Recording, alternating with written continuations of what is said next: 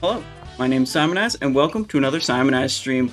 Today, we've got two things going on. First, we're going to start off with hardcore leveling this character right here, Simonize 2, my level 23 hardcore rogue. What this means is if this character ever dies, it's over. We're done. That's what hardcore means.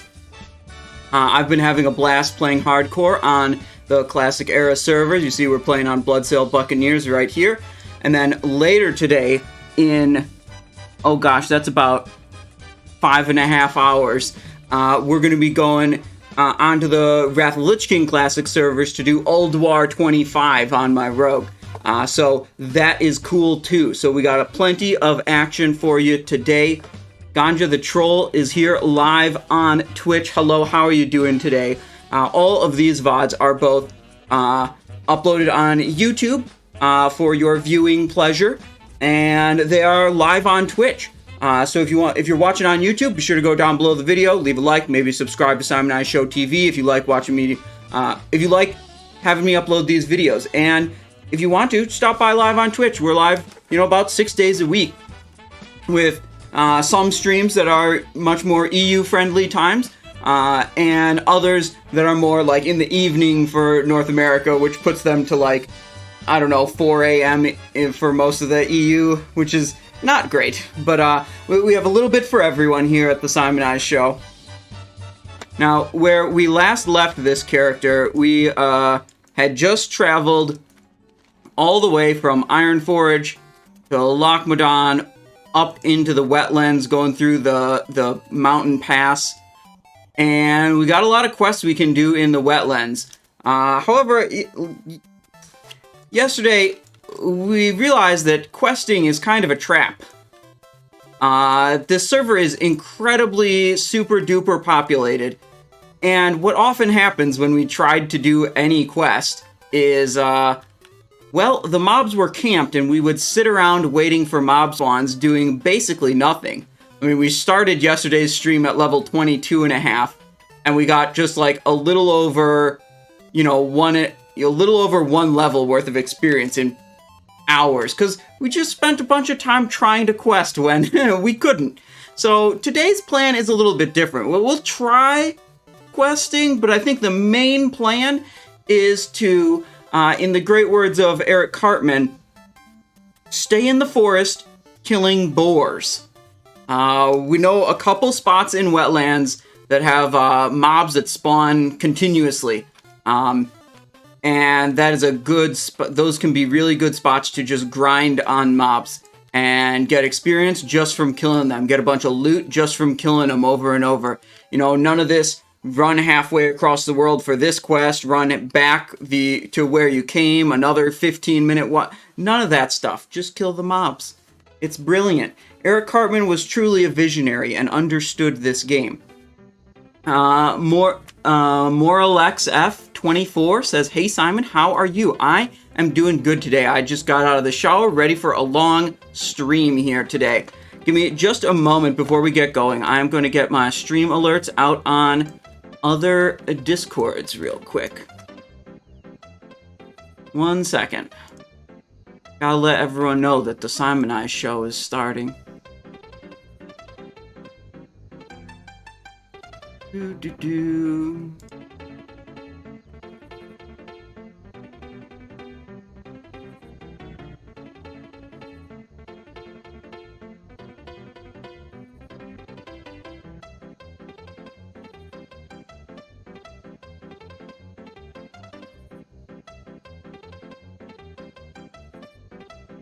Okay, we're all good now.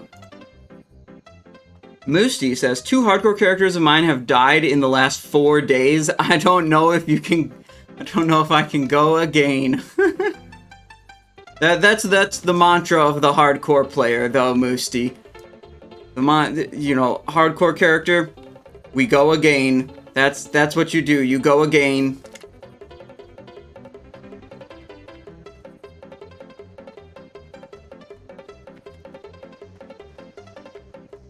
Yeah, the data mined information and some like hints from people that work at Blizzard, it's like almost certain that we're getting some kind of hardcore server.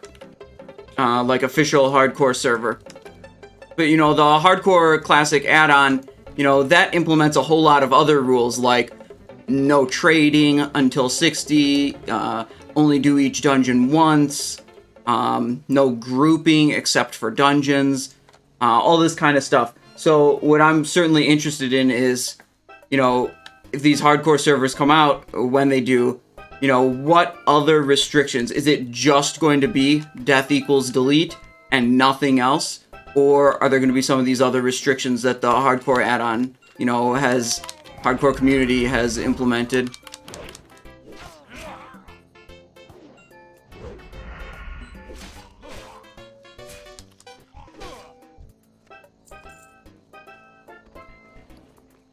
Wait, I should... never mind. There's a vendor. If we follow the road, there'll be a vendor that we can get to. JP-san, hello. How's it going? Good evening. So, I'm wandering through the wetlands. Oh, we actually have a quest for this guy? 1 out of 12 bluegill murloc. There's some other people here. We could keep killing those. But what I'm really aiming for are the knoll camps right down here. I know that's a really good grinding spot. But as long as there's mobs in front of me, I might as well kill them. Is this Briarthorn? Oh, we want to get that for sure.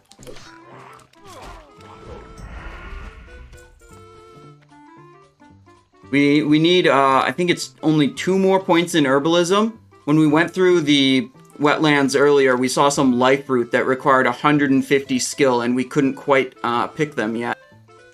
If we didn't get a skill up off of that, we're at 148. So yeah, we need 2 more points. Yeah, here's a goddamn life root. We can't get it. Scepter747 says, hey there, did you bind repost on your Sinister Strike? Yep. Yep. Because repost is not on the global cooldown in Classic era, you can just do that. Just start attack. Repost, Sinister Strike. Easy. So I don't even have to think about it.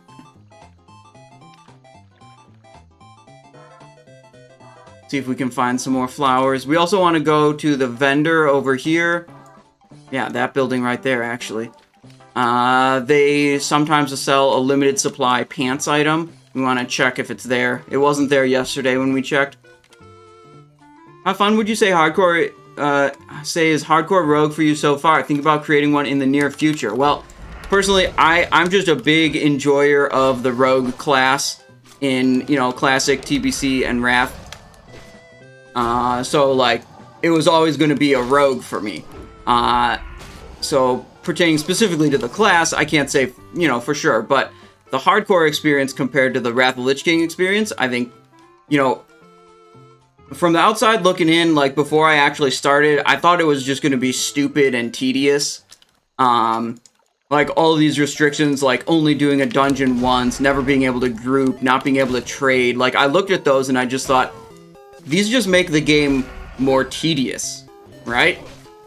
But I actually tried it, and I think most of those rules actually improve the experience. Particularly, I think the no trading rule is very, very important. You know, like Bandit Gloves of the Monkey, that was insane when it dropped.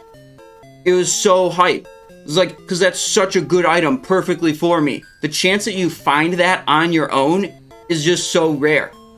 If I was able to trade, I would not be wearing a Bandit Cinch of the Boar because I'd have bought, you know, something belt of the monkey. And I'd have a monkey item there, and a monkey item there, and a monkey item on every single slot because, like, that's just what you do. Mystic Sarong, Leather, Stamina Spirit. Nope. Legs. Dreamer's Belt, Cloth. Nope. Okay, we'll have to check back later. See if we can get the legs off of that vendor.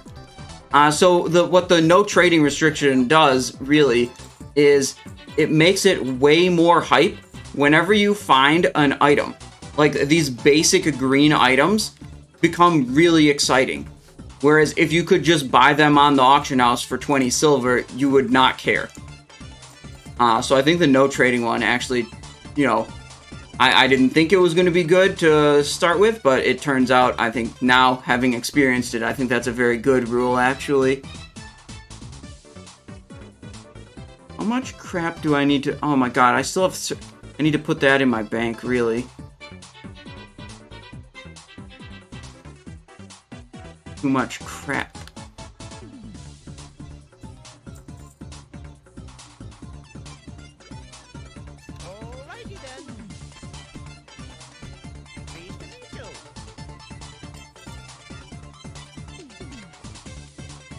Alright, we'll come back to that vendor later.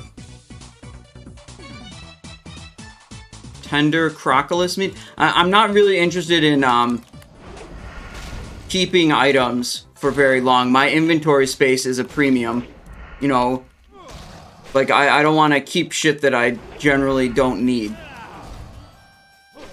You know, if I need it later, it's fine. I'll get it later. But right now, that inventory space, having that available to just, like, acquire items and then vendor items greatly increases my efficiency of grinding mobs, because I don't have to go back to a vendor as often. I don't have to waste and delete as many items because I have all that inventory space. Okay. This is a little bit annoying. This guy aggroed. We're gonna make it through here without a potion? I think so? Okay. There we go. So, like, if I get a cooking recipe to use tender crocodile meat later, I'll come back and get more. But, like, right now, my cooking skill is literally capped. I can't gain any cooking skill until I go... I think I've got to go all the way to Ashenvale over here to be able to gain the higher level of cooking.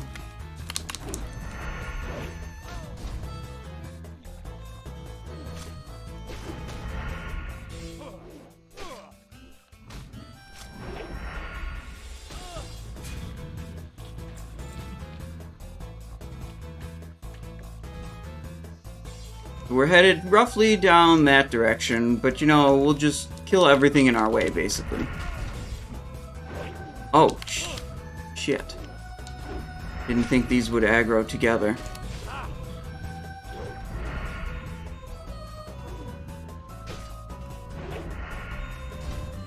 Using Cruel Barb? Hell yeah, I am. Look at that. Got it out of my one and only Dead Mines run.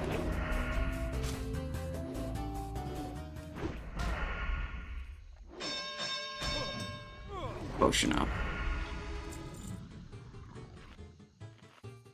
Well, the ringing bell sound is a audio warning when my health gets low.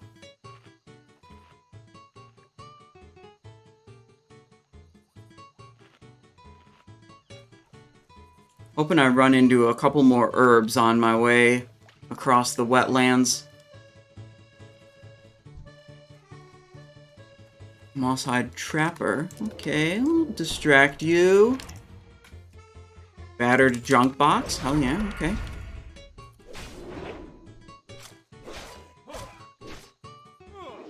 We are netted.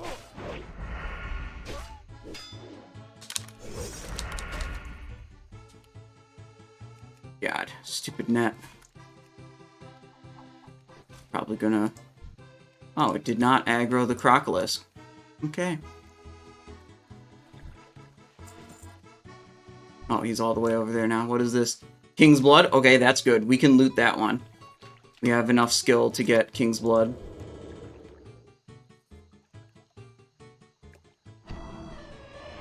Surely we can just take out this knoll first, though.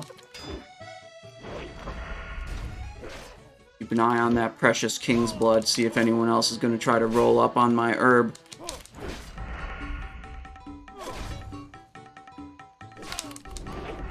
Crocodile coming in from behind.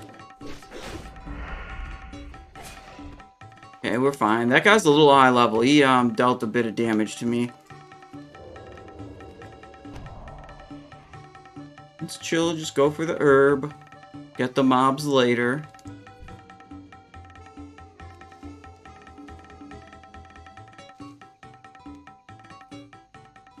King's Blood, 149 herbalism skill. We just need one more point, and then we'll be able to herb all of the life root that we see.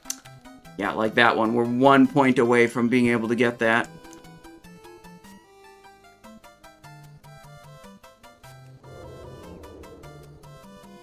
$150 herbalism. We're not fighting that group of like 3 gnolls there. That's too many at once. Just go back this way, right next to the road, as we venture through the wetlands.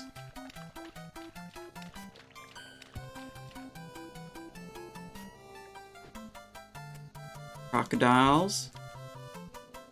Okay, we'll take out some of these crocodiles.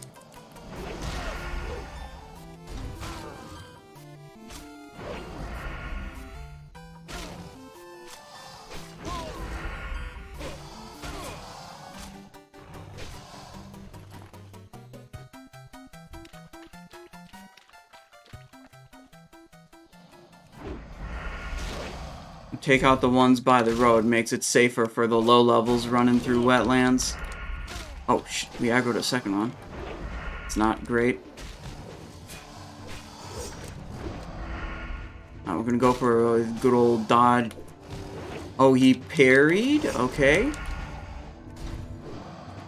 I didn't gouge. I was gonna try to gouge into bandage. Just hit a big health potion. No problem. There we go. No poison today? Oh, yeah, oopsies. I forgot about that. Look, most of this character's life so far, we didn't have poisons. We just got them yesterday. There we go, double instant poison. 40 charges on each. You know what? We're way out of position now, but maybe I should have set my Hearthstone to Menethil Harbor. That would probably have been smart. How do you play hardcore? Which server are you playing on? We're on Bloodsail Buccaneers server. So one of the North American servers. I don't remember the name of the server that most of the hardcore players play on EU. You'd have to look into that. And then you just get this add-on called Hardcore. And what this add-on does is it basically tracks your activity and makes sure you're following the rules. And then, like, when you group with other people for dungeons, it makes sure that all the other people you group with are also following the hardcore rules. Hydroxian Waterlords for the EU players, gotcha. So it's a player-created mode. It's not a thing that's, like, officially coded into the game by Blizzard. Yet.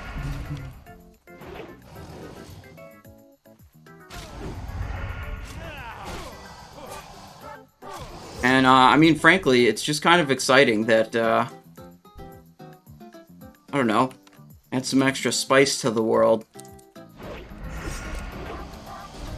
The amount of times I see, the other thing this add-on will do is it will put up an alert whenever a hardcore player dies. And it's, it's pretty often that you see people dying in the, like, level 5 to 20 range. Like, there's just people dying to Dust Devils in Westfall, and people dying to boars in Elwyn Forest, and, all the time. I'm actually surprised we haven't seen one yet today. And, you know, I think you find out if hardcore is for you after your first character death. If you have what it takes to, you know, delete the character, create a new one, and go again, then hardcore is probably for you. But after your first hardcore death, if you're like, I can't do it, I can't make another one, then it's like, hey, gave it a try. Maybe this isn't the mode for you. You gotta, yeah, I mean, you grow attached to your character, of course. It's an RPG that you spend hours and hours and hours and hours on. Onyxia at 252. That's why we kept our Hearthstone in Stormwind. That's good. You think they're doing a ZG buff before then, Dustin? Because if we Hearths to Stormwind right now, we could probably make it to ZG Island for a ZG buff. into a... Oh no, we'd have to hearth, because we need the hearth to get from ZG Island. Oh, and yeah. Change BB hearth last night. Do they do it, ZG at 50? Okay, well, let's see. Let's think about where we could get to. If we Hearthstone to try to get the ZG buff, we won't be able to get the Onyxia buff. Can we make it back to here? Then fly all the way down. There's no way we can make it for the ZG buff. Damn, we're just kind of out of position for that. We got to be able to... If we want to get both, we need to make it to the ZG buff without having... without using our Hearthstone, because our Hearthstone teleports us from the ZG buff to the Onyxia buff. Are people clearing Onyxia and ZG on hardcore tunes? Yes. That is what is happening, yeah. Here's a herb. Oh, it's Briarthorn. That's good. Can I actually get it? Yeah, okay. Looks like there's just one guy guarding it. Yeah, we'd probably take this guy out, too.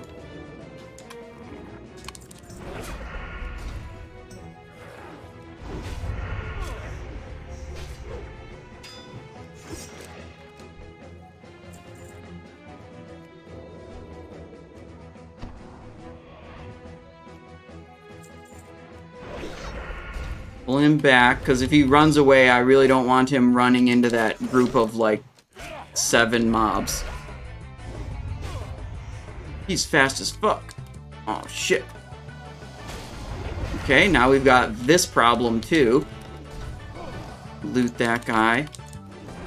Hopefully no one takes our herb while we're killing 3 mobs to get to it.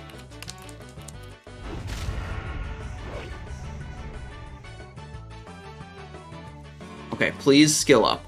Please, I know it's only green, but please skill up. Okay, no skill up. Unlucky.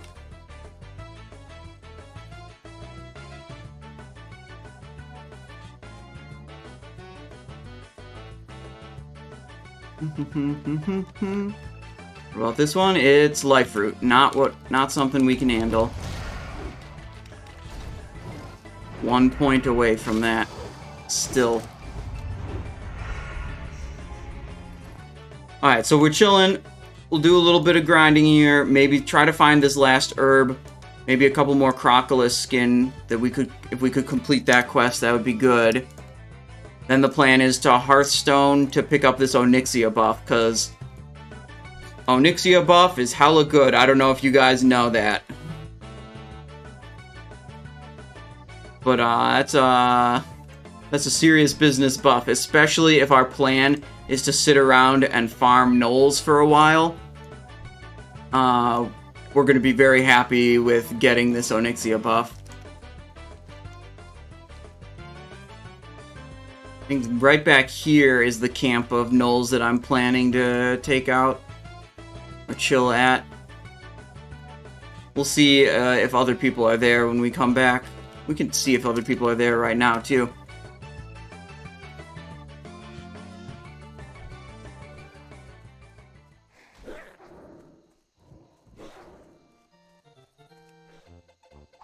Yeah, not too many people here.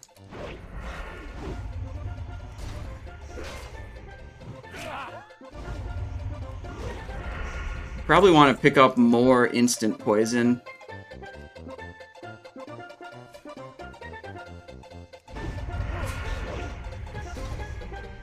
I think we're going to run out of instant poison fairly quickly. I mean, these low rank of instant poison can't do it well in combat. Okay, now I'm out of combat. Oh, there was nothing good in there, of course. Is he playing Mario on his other monitor? Yeah. I'm actually playing it on my Nintendo Switch and just capturing only the audio and bringing it through to the stream. Hardcore is just, it's too easy to get to max level without dying on hardcore, so I had to make it more difficult.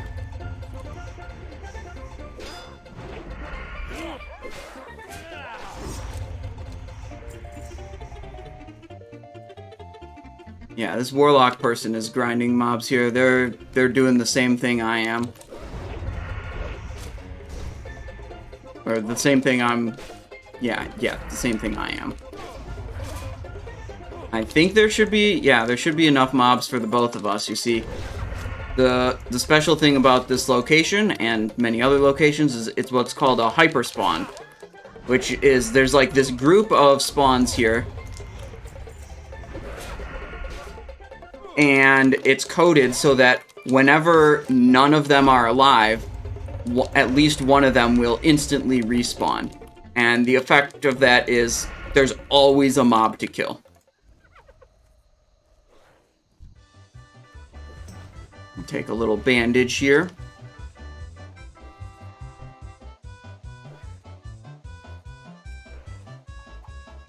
I think this will pull both.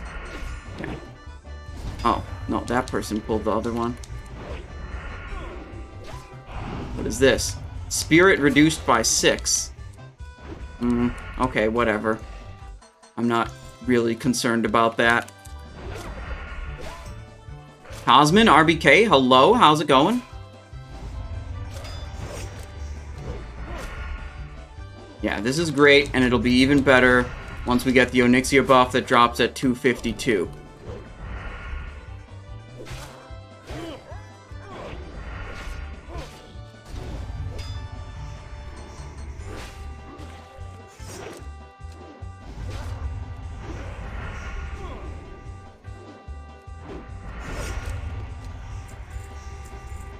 Look at this, beautiful.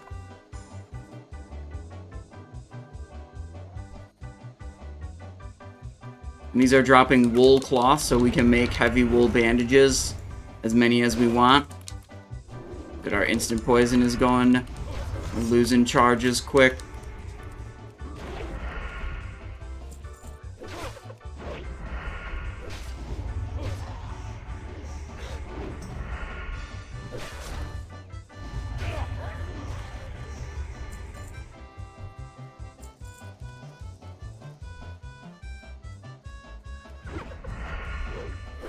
So the reason we're doing mob grinding today rather than focusing on questing is because yesterday we tried to focus on questing and it was incredibly frustrating that basically all the quest mobs were camped. The server is just swarmed with people. It's like super populated, which makes, you know, killing, you know, the same quest mob that everyone else needs incredibly frustrating and time consuming. You just like stand around waiting for mobs to spawn and hoping you get the tag. Whereas you can see here, it's a very different story. I just roast each of these dudes in a couple of seconds and they're immediately respawning and they each give me like 100 experience each. A little over. 116 for the low level one. Okay, so it's almost time for Onyxia buff. I'm gonna send the Hearthstone right now. And we'll go in town, make sure our inventory is as clean as possible, make a couple more poisons, and once we get the buff, we'll fly right back here. Right back here to do the mob grind. We talk to this vendor. Get rid of this. Get rid of linen cloth. Tender crocolisk meat, don't need that.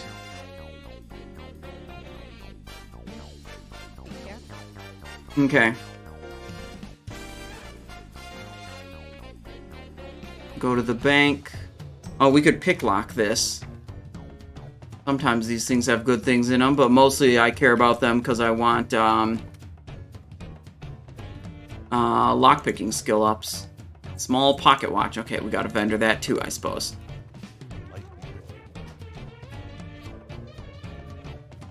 Briarthorn 7, so we need 7 small healing potions. We can upcycle those into the bigger... wait, no, that's not what... Never mind, we don't upgrade the potions anymore. That was minors into lessers. We do the upgrade process. Certificate of Thievery, that can go in the bank. Flee to Darkshire. Yeah, that can go in the bank. Let's send the wool bandages into the bank, and then we'll just rely on heavy wool bandages. We'll be able to make plenty of those. Silk cloth, I don't need that right now. Quest item, don't need it. Lucky charm, obviously, we have to keep that, though. Okay.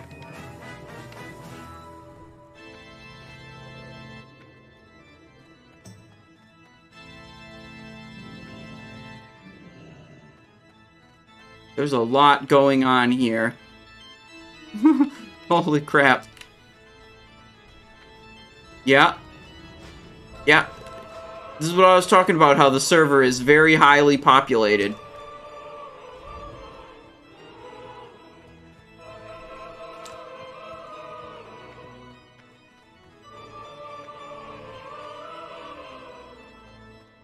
A little mistake, bro. You should have leveled up. No, I'm trying to hit the timer for the Onyxia buff.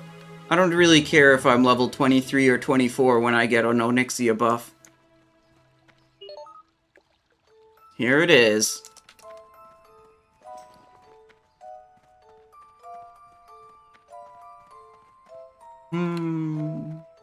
This, we want a vendor. We'll just craft a couple more poisons and then head back to, yeah, look at that. Beautiful. Rallying Cry of the Dragonslayer. That's what I'm talking about.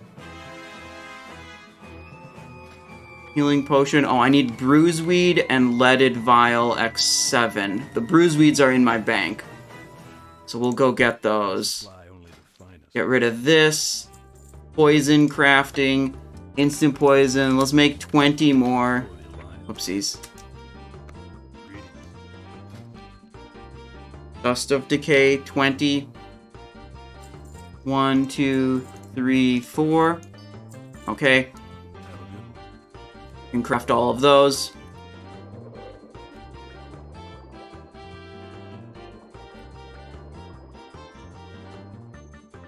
And then next we... Oh, why did that...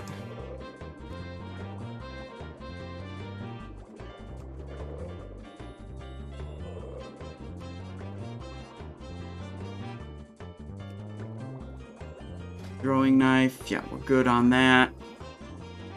And we just have to make the bandages and the potions, and we'll be good to go.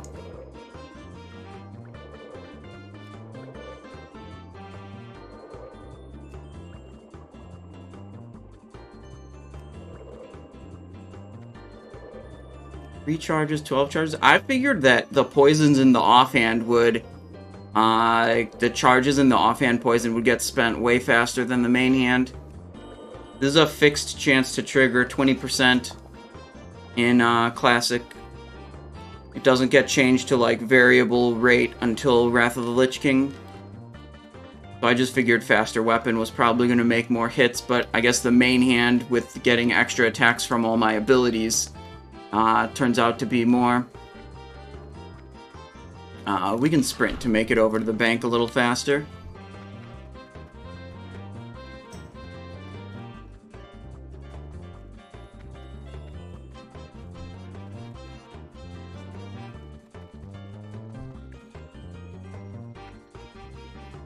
Seven Briarthorn. So we want to pull out 7 Bruiseweed. And we got to get 7 leaded vials also. Good supply of potions is always a good thing to have.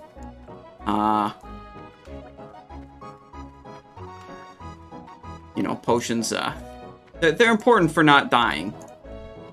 It's that simple. Empty vial, leaded vial. There we go. We can put 3 of them into the bank.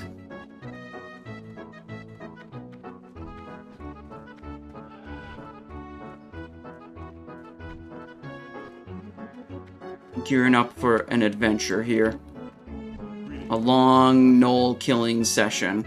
Probably actually just vendor some of these small healing potions. I'm probably not going to use them anymore. Pull out 7 Bruiseweed. And And we might as well, if we're gonna upgrade to the other bandages, might as well vendor those too. Just turn it into something useful as soon as I can.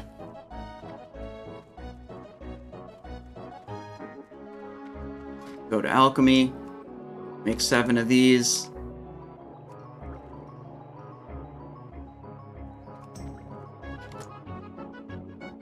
It'll put us up to 17. I think we had 10 before. Yeah, that's a lot. That's good.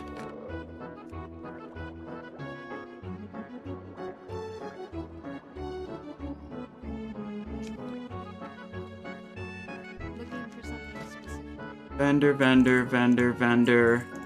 Get rid of the small potions. We don't need them.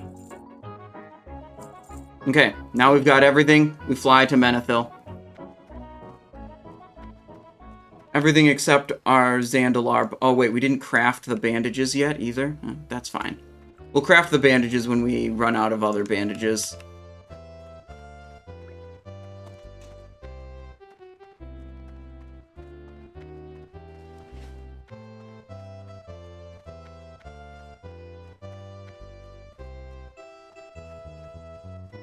Okay, slight interruption to our previous plan, but, you know, we came out of it with an Onyxia buff, so I'd call that a win.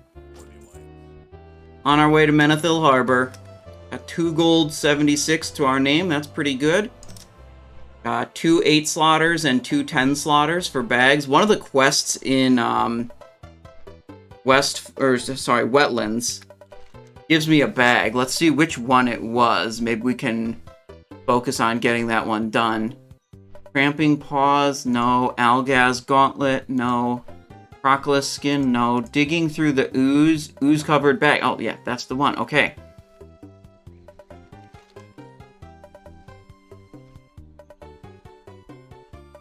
Ooze covered bag right there. I guess it's the oozes, like, all around.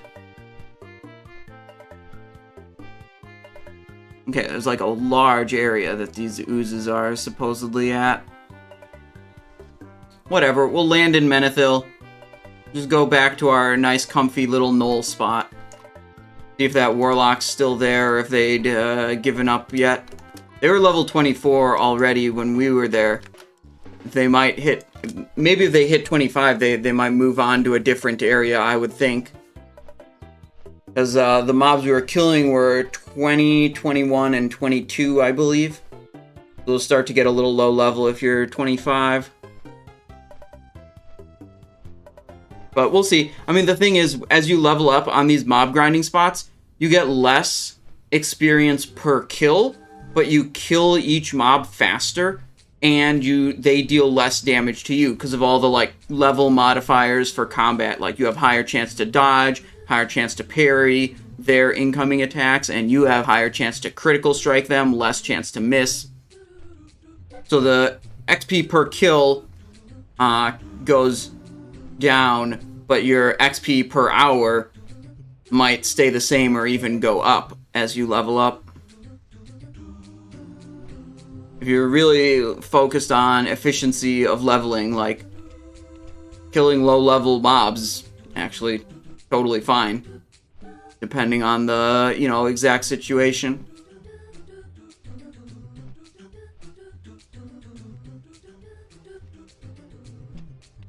This is not a zone that we're going to be in for a very long time. What kind of herbs? Fire Bloom on my map. Dark Iron Steam Smith. Yeah, those guys are like level 45 to 50 in this zone. A little bit too much for us right now at level 23 with 565 health, I would say.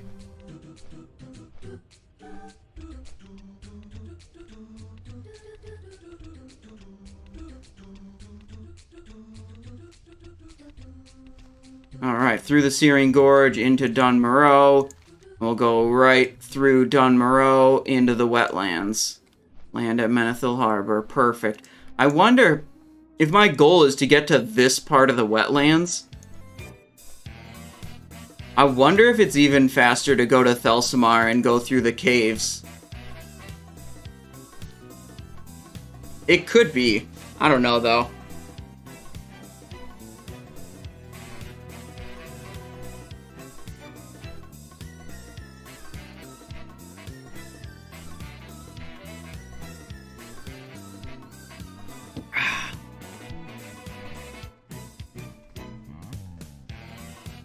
Do.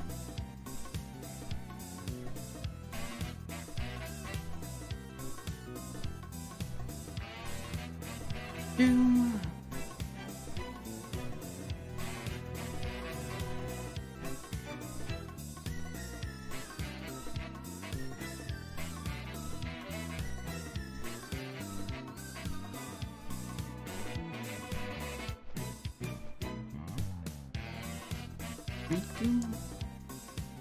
What is this? This is the... Oh, that's the place where where you buy your mount as a dwarf.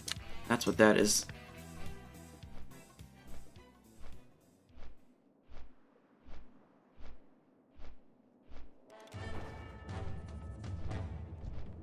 They're killing trolls here? What's going on here? Whatever. We're almost to Wetlands. We're almost back to adventuring. This 140 attack power, 5% physical crit.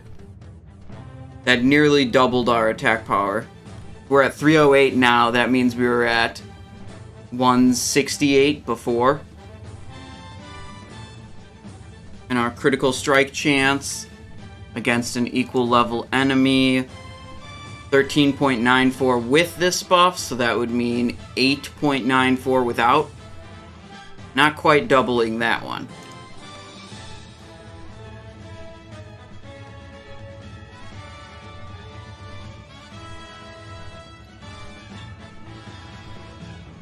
We've had Onyxia buff once, maybe twice before on this character. At least once, maybe twice. It's pretty insane. It is pretty insane, that's for sure.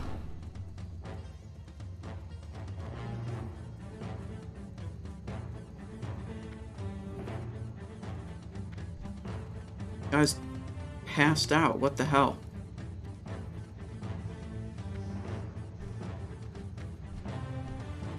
Alright. When we get back to the Murlocs, we can drink some of these potions and we'll be super juiced.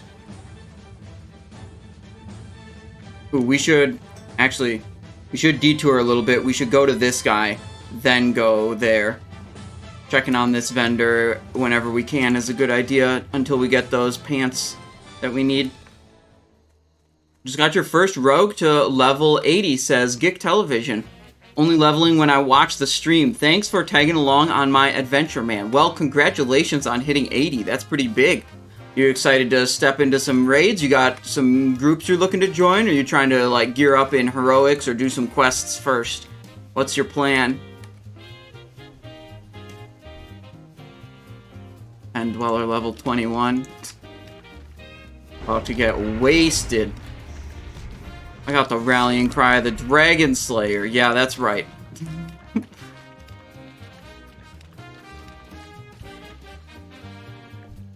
Bluegill Murloc?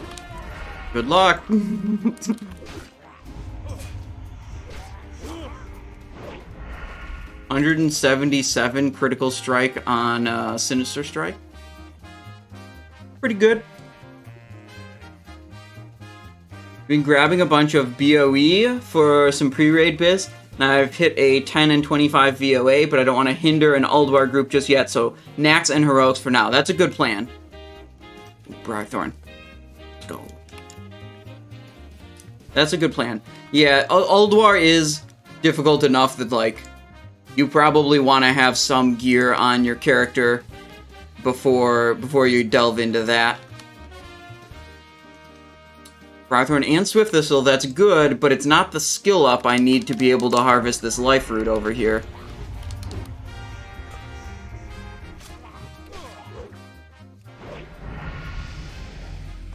That's a different kind of a skill up. Let's go Precision. There we go, level 24. Huge. There are a lot of good BOE crafted items, like belt slot. If you've got the coin, you can get a lot of really good stuff, even like Ulduar level stuff. Death Warmed Belt and Footpads of Silence are some nice pickups. Crafted items from the previous tier would be like Troll Woven Spalders, Ice Striker's Cloak are good options. And then there's a lot of just like raid drop BOEs that you can grab too. So yeah, there's definitely ways you can get your character, you know, geared up and pretty ready to go without a tremendous amount of effort. Still some, but not too much.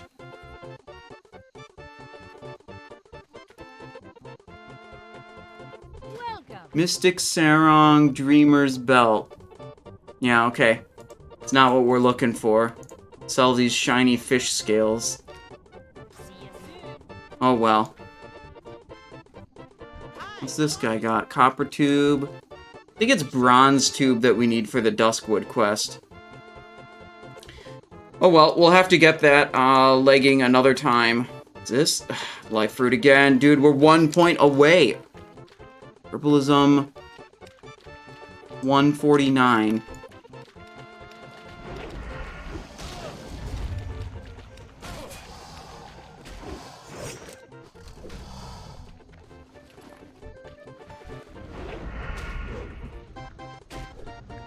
I think these Fen Dwellers and Fen Lords are linked together. This happened once before where I pulled one of the low-level guys, and then the Fen Lord just like is linked to him and comes out of the swamp.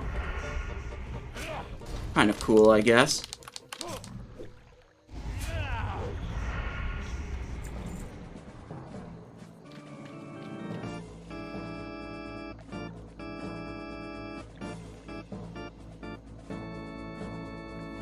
Okay, so now the thing wasn't up at the vendor. We're not going to sit around and camp the vendor.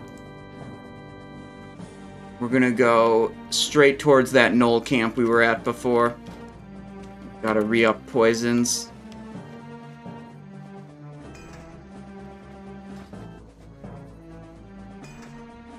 There we go. Hopefully we run into another herb.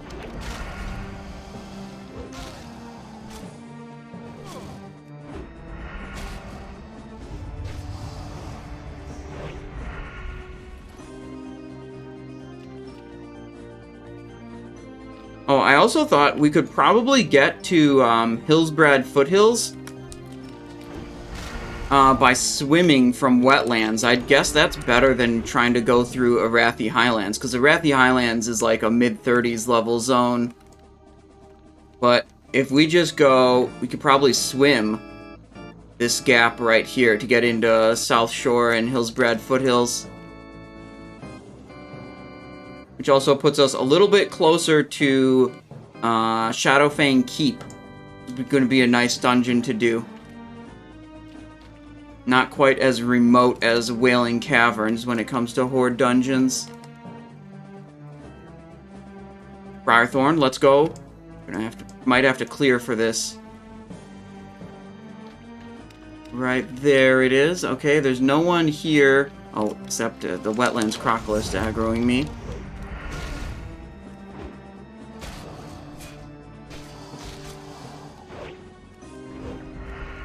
Get the flower. See if we can get a skill up. There we go. We got it. 150 herbalism. Okay, all the life fruits now, we can actually pick them. That's great. Huge flower skill.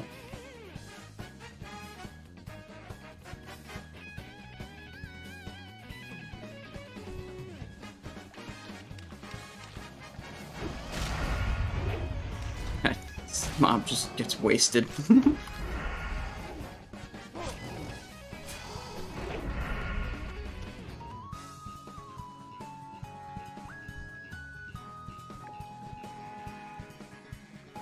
Alright, that's good. I didn't like it when we went into Wetland, or when we went into Westfall, and we couldn't pick the bruiseweed that we kept coming across. And I also didn't like it when we first came into Wetlands and we couldn't pick the life fruit we were coming across. But now, problem solved.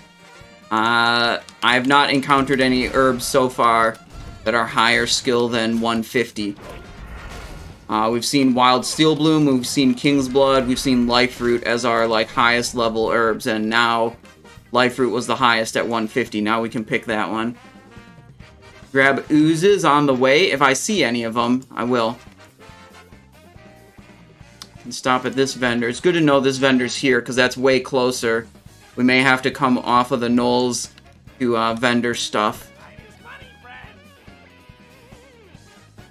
Murloc, fin. Brocade pants.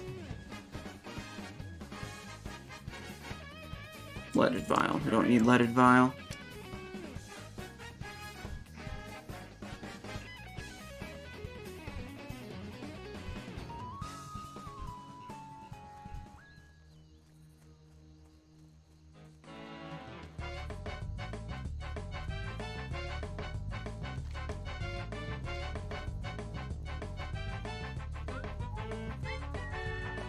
This grind spot is pretty far out of the way. This is maybe a little bit of a downside. I mean, hopefully we make it there with a good amount of Dragonslayer left. And we'll probably just, like, be there all the time until Dragonslayer fades. It's gotta be multiple levels worth.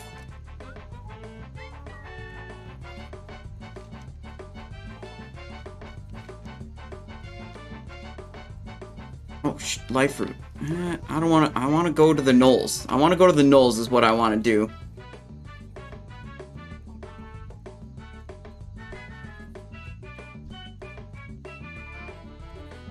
Got so hype about getting 150 herbalism skill, but really what I care about? Grinding knolls.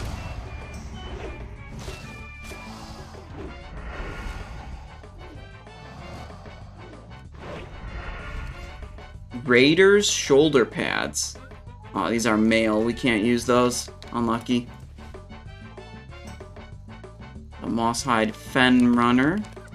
I mean, maybe there's a different Knoll camp. Like, maybe we fight these level 23 guys. Could. They're fast as fuck, though. That's annoying.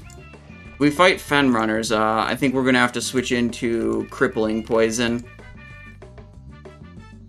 Make it so they don't run away like that.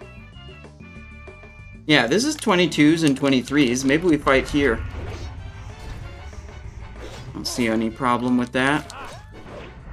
Oh, except that I guess there's a whole lot of them. Put Crippling Poison on the offhand. Hopefully we'll get some triggers on it.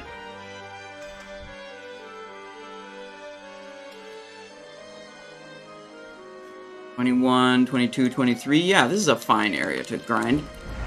As long as we have fast spawns, we'll be fine here. Start drinking some of our potions.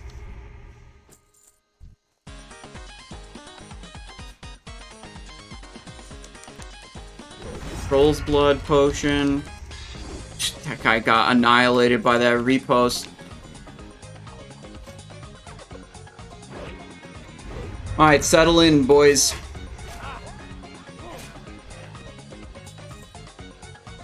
That is a difficult camp to separate. Maybe this is not the place to be. That's 7 mobs together there? Okay.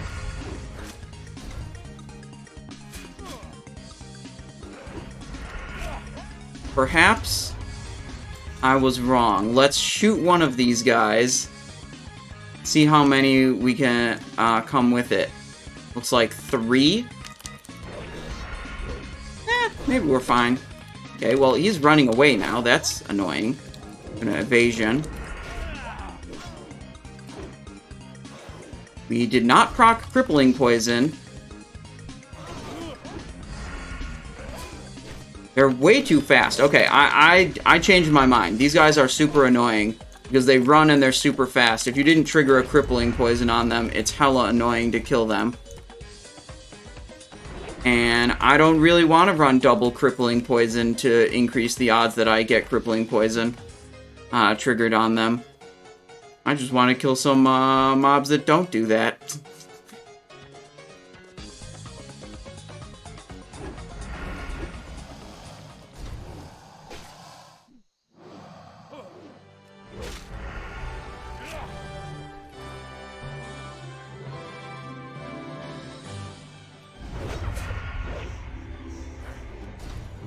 Solid Mage, how's it going? Welcome to the stream. We're in for some music and some gnolls today. That's the plan. Mongrel, yeah, we can fight these. Hunter's just killing them too. Kick that guy. Oh, we can't kick that one. Okay, we're diseased now.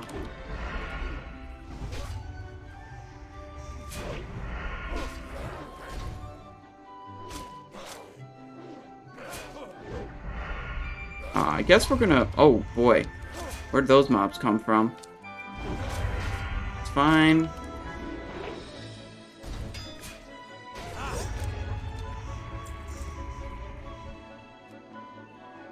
Oh. Gonna get 2. Okay, that's fine. Look at this. Actually killing mobs. Instead of just waiting for quest respawns, competing with 10 other people.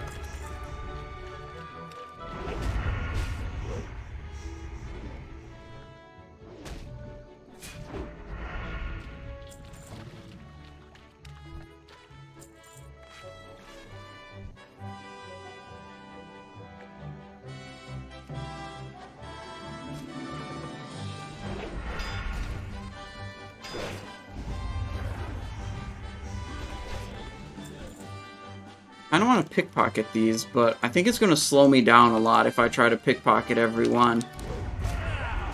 Just moving up to them, pickpocketing them, just not going to happen.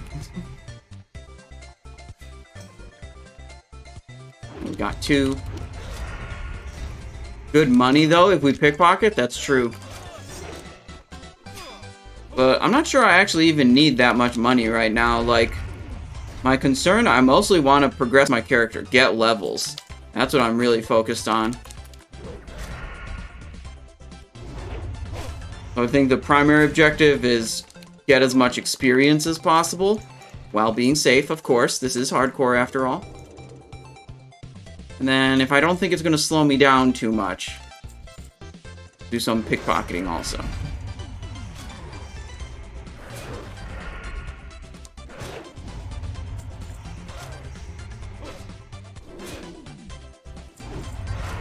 Uh-oh, I accidentally aggroed that guy. I'll do a little potion, it's fine.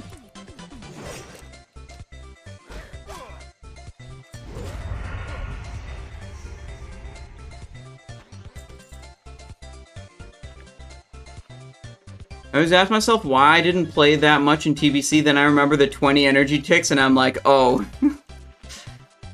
Yeah, going from Wrath of Lich King Classic back to this with the 20 energy ticks. It ain't it. It's not. It ain't it. Not exactly. Not exactly ideal.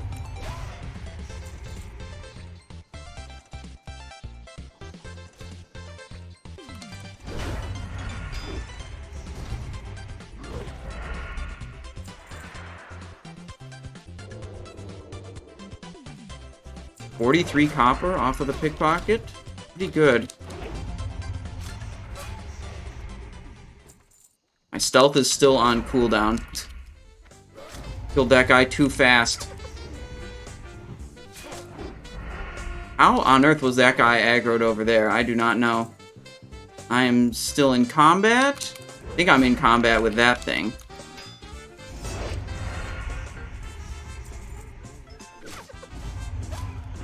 Uh-oh. 30 seconds on my potion.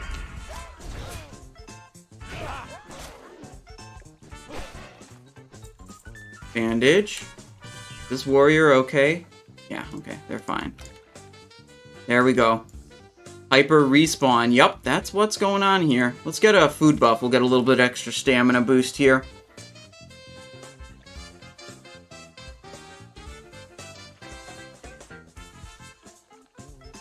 There we go, 658 health. Very good.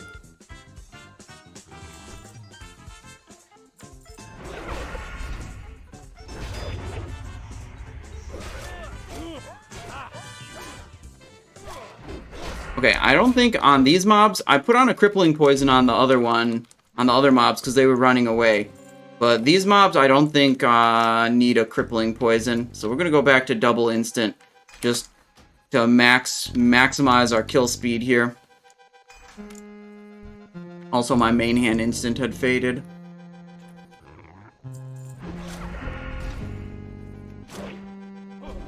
Look at that. Annihilated.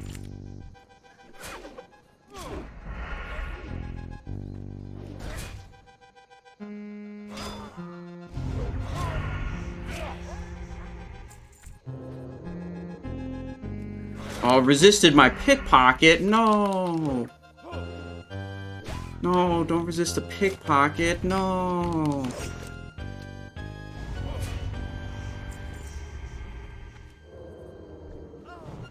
Ooh. Got burned by, I think the fire in the middle burned me. Knocked me out of stealth. Do a quick little bandage. Maybe this guy aggroes me, maybe not. Oh, aggroed that guy. Yep.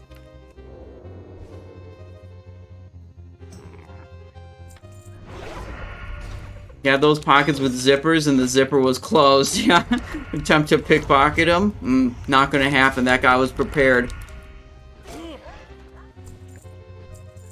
You heard there's been like a pickpocketing crime spree in this area, so he came prepared.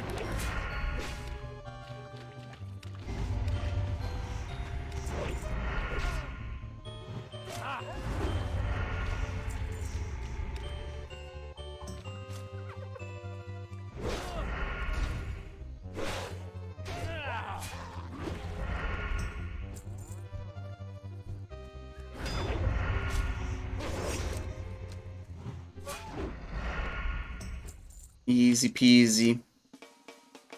Bandage up. Let's actually craft a couple more bandages. We're getting pretty low on them.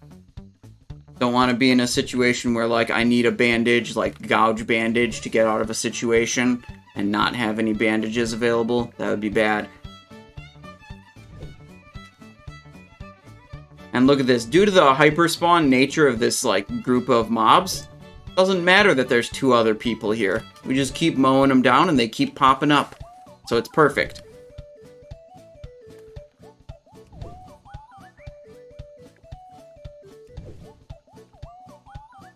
Yeah, also, yeah, it definitely helps that we have Onyxia buff. Onyxia buff is pretty goddamn strong. There's no doubt about that. It's definitely less good on caster classes, like they don't benefit from the attack power. They get a little bit more crit, because it gives 10 spell crit. But it's not the same.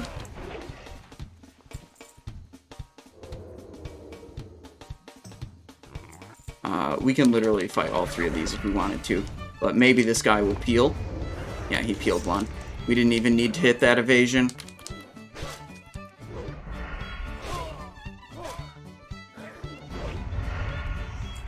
Still in combat, so I can't stealth here. If I could, I'd stealth and pickpocket. We're getting to the point where, like, we can just stay on this camp. Which is nice. It means we don't have to move very far. We can get these pickpockets off. Oh, why don't I just sap that one? Who cares?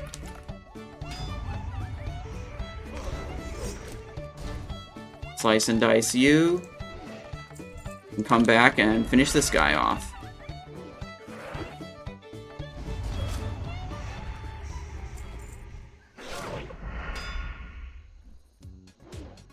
This is probably going to end up being our fastest level in quite a long time.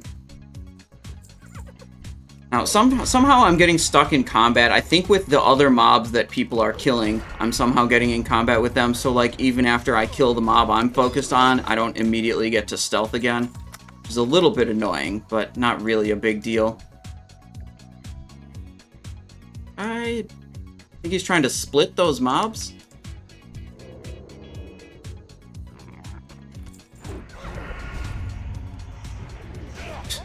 Completely trucked that guy. Last time I got Onyxia buff, it was dangerous. The time that was dangerous was immediately after I lost Onyxia buff, because I basically had to re-figure out how powerful my character was, like, you know, what mobs I could take on and what ones I should be more careful around. Because, you know, it's a substantial drop in power as soon as you lose it. So that's a dangerous time where you go from being, like, super duper powerful to being not very powerful. You know, a big loss. Oh, shit. Okay, I pulled a little bit more than I meant to. I meant to stealth up to these guys. But, you know, they're low level. We've got Onyxia buff. Not a problem. This is why, you know, a lot of the reason we're doing this is, like, it's super safe, and it is both safe and efficient. Like, the fact that these mobs are so much lower level than us makes it safe for us to be, you know, fight two at once. An extra one adds. It's not that big of a deal.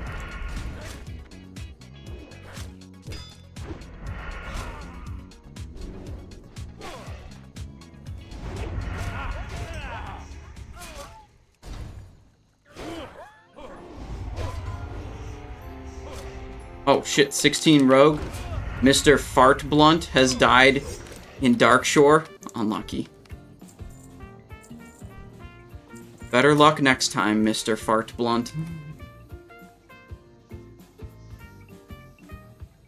Oh, you're watching the VOD of the Eviscerate 10-man. Yeah, where I was using the different glyph setup.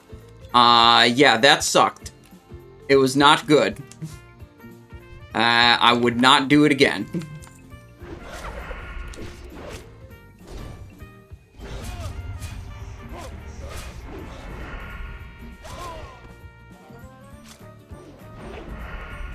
Just like, I didn't have Feint Glyph. That was a big thing. Like, Feint's super valuable in Aldwire, and even in the fights where I didn't want Feint, I'm still, like, just between Sinister Strike Glyph and Rupture Glyph, I'm not quite generating enough combo points that I felt like I was getting Eviscerate casts off and still able to maintain good Rupture uptime. Is like, whenever I would go for an Eviscerate, it almost always mean, like, I lost more Rupture uptime than I really wanted to lose. Or would be okay with losing.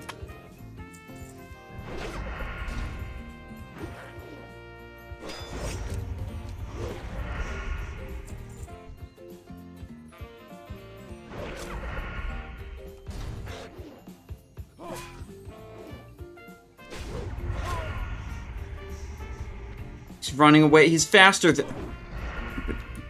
Stupid Knoll.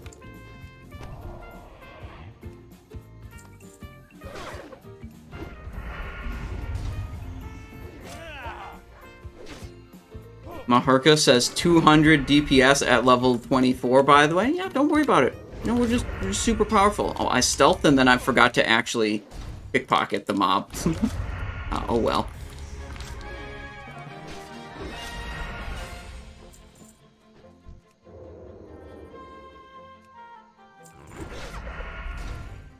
Yeah, I like this. Actually, you know, we got into the rhythm here where we're able to pickpocket most of them without slowing down too much.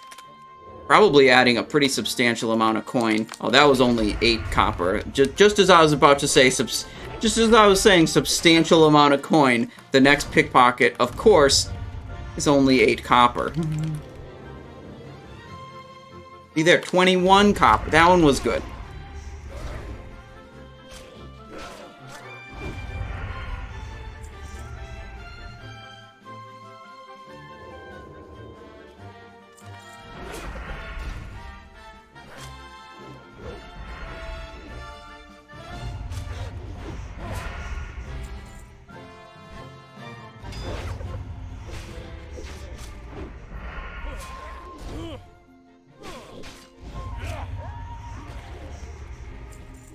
Bandit Pants of the Owl.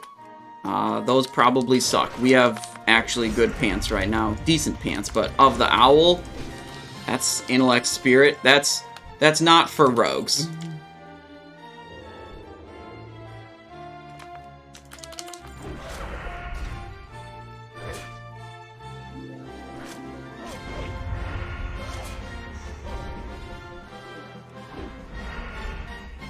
Okay, we're gonna take a little pause from killing all the gnolls.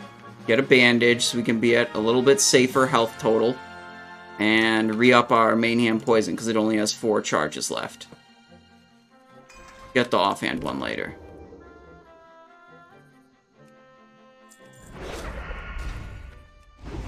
I think these might be just a little bit too low level to be giving me battered junk boxes from Pickpocket. It'd be nice if they could, but we might have to wait till we get like just slightly higher level enemies before we start seeing battered junk box off of Pickpocket.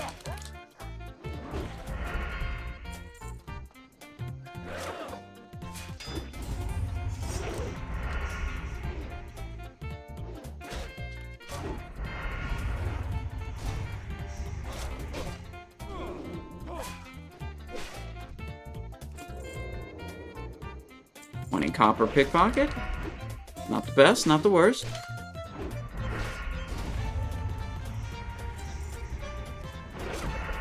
What I apparently need is the stealth cooldown reduction talent.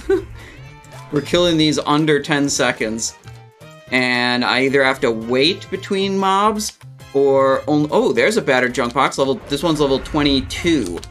Okay. Just thinking that we wouldn't be able to get those because we didn't get any so far. Another Raider's shoulder pads. Those are male, not for us. Level 20 to 23 mobs. Okay, so I've just been getting unlucky is what you're saying. 20 to 30 mobs, you said. Whoa, whoa, whoa, whoa, what's this? A gun with no stats.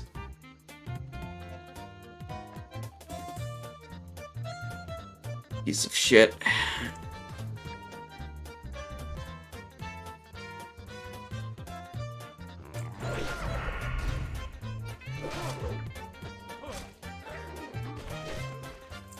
Don't worry, we'll just get, I don't know, something cool from something else. Probably. Hopefully.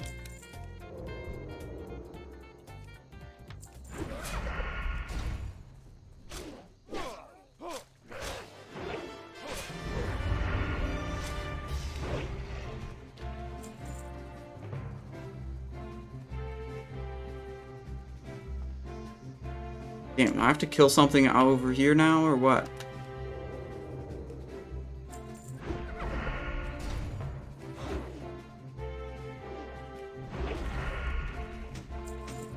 That looks like it. Okay, back to this area.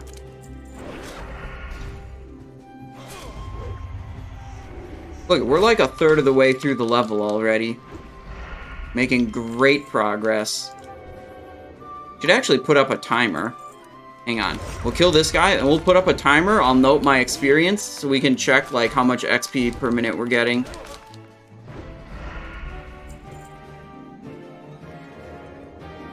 Right now... Get a pen and paper here. Right now, we are at 12563 over 31700. Start a little timer. See how just how fast we can go here. Rewarding 10-slot bag in Darkshire 2. Oh, so if they're too costly, remember that. I've got 2 10-slotters already. I've got enough gold. I could buy a third 10-slotter. I know there's one bag quest in this zone that I haven't done yet. So I'm not too keen on going out of my way to find another 10-slot bag, because like I can just get it from the vendor, keep going. But we will probably just go to Darkshire, do some Darkshire quests. I guess probably after we're done with Wetlands quests. Ooh, another battered junk box. I like that.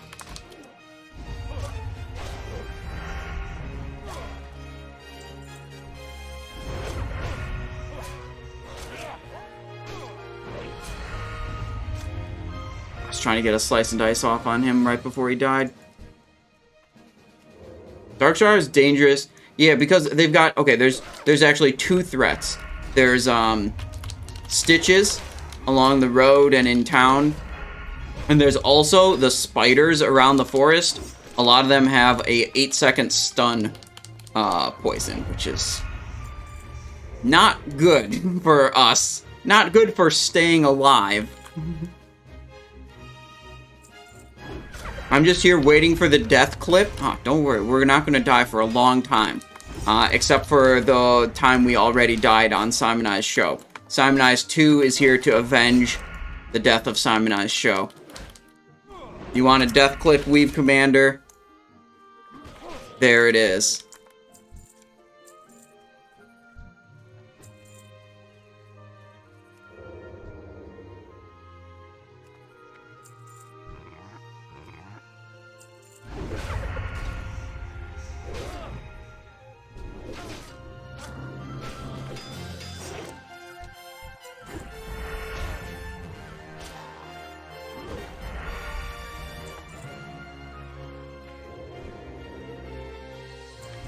Hope these scratching sticks vendor for a lot. That would be sweet. Oh, we lost our offhand poison. Here we go.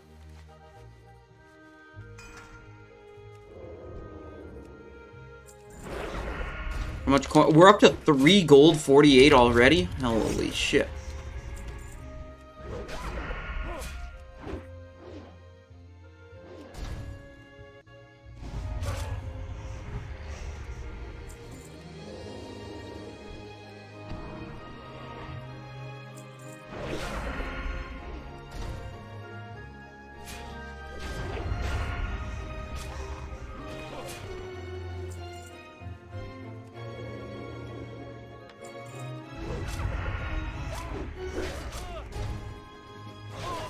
Okay, kill that guy, please. Thank you.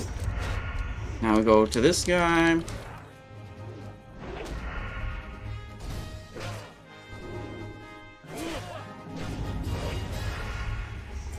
Ooh, silk cloth. That's, we don't have very much silk cloth so far. 6 now? Okay.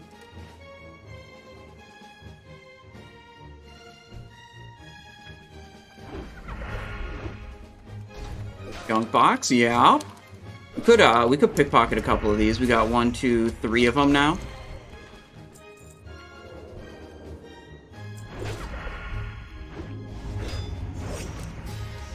I remember I got greedy and tried to loot a chest next to a Knoll camp in Wetlands, and all 7 of them. Well, see, this is the thing we're doing here, is we're keeping this population under control. There's never going to be 7 of them alive at any point for them to try to gang up on us. They're just going to be dead. As you can see, we're doing fine at the Knoll population control situation. Gnolls are invasive species. That's true. We're doing the local ecosystem a favor, in fact. What level SFK? I don't know. What's the max for it? I think 30 was the max in the add-on.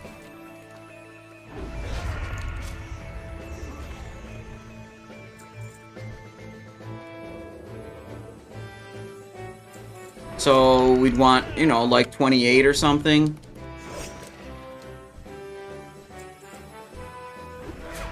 Let's check. Let's kill this guy, and then we'll check real quick.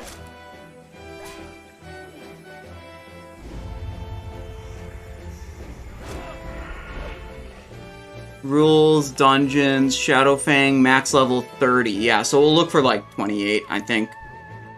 It's probably not happening for a while for this character.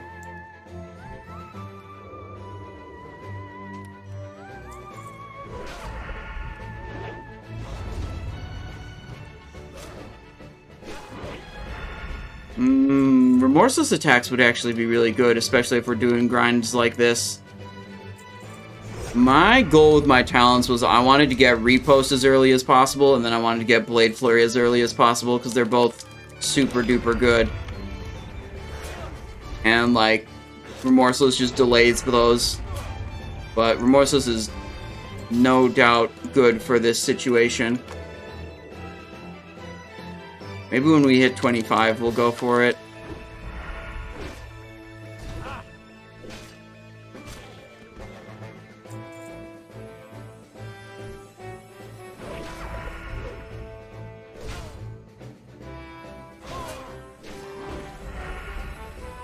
I think if I knew I was going to be doing this exactly, yeah, I definitely would have taken Remorseless earlier.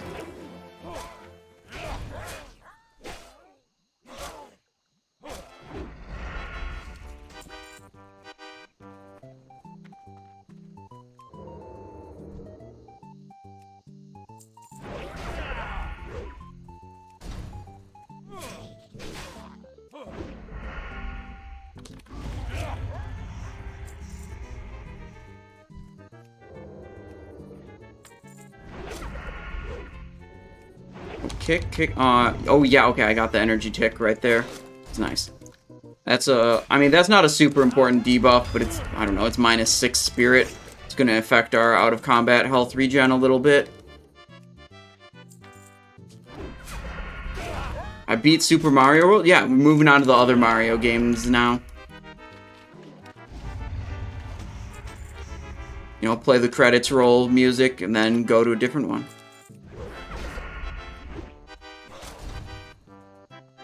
What is the Onyxia add-on on the minimap? That's the Nova World buffs. I don't actually really use it. I could remove it, it's fine. But it gives me alerts when world buffs are going out if anyone else who has the add-on like detects one of the messages that indicates a world buff is happening.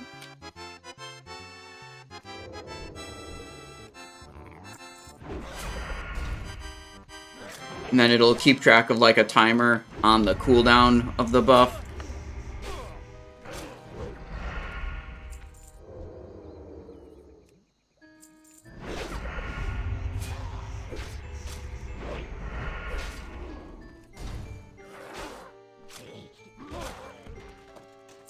Ooh, Grunt Axe of Stamp. Oh, our inventory is full now. We're gonna have to go to vendor. Wait, maybe not yet. Maybe we can probably delay the vendor trip a little bit if we just pick lock all of these junk boxes. God, 5-second cast time, so slow. I mean, is it even worth doing when it takes 5 seconds per junk box? I don't know.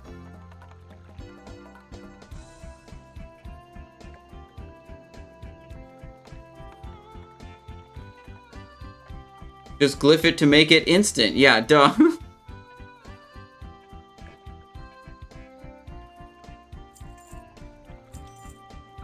Healing potion, we like that. And we can, let's, hang on, let me move over here. Think this is a safe spot? It might be. Whatever.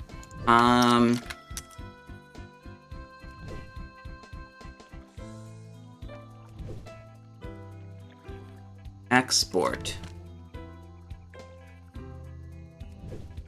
Let me see, let me put it in the Discord somewhere.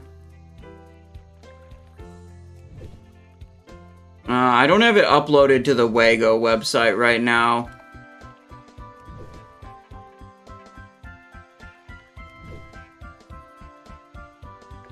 Weak aura for health bar in classic. I'll put it in the proper section later.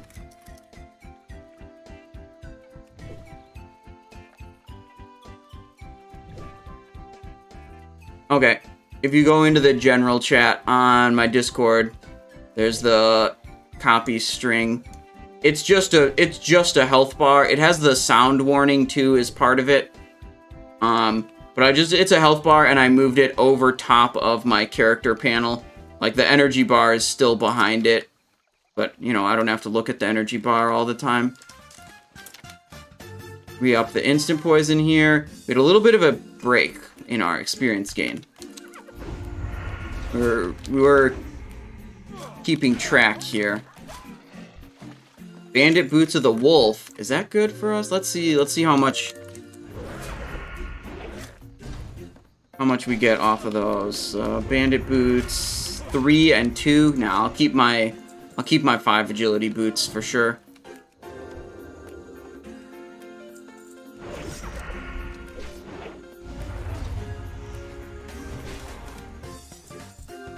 Freed up a little bit more inventory so we can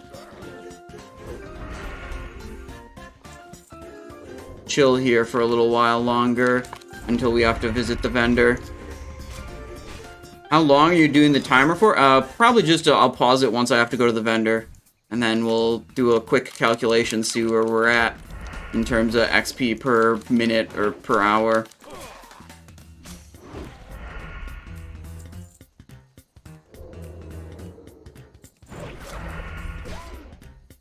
Oh, some people are showing up. Look at this. 2 different people? 3 different people showing up to my Knoll camp. fine. It's a hyperspawn null camp. There's plenty to go around for everyone.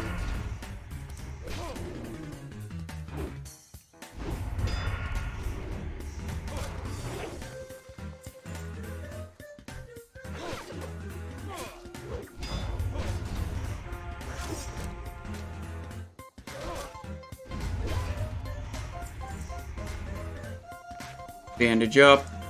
They're slow at killing stuff, though.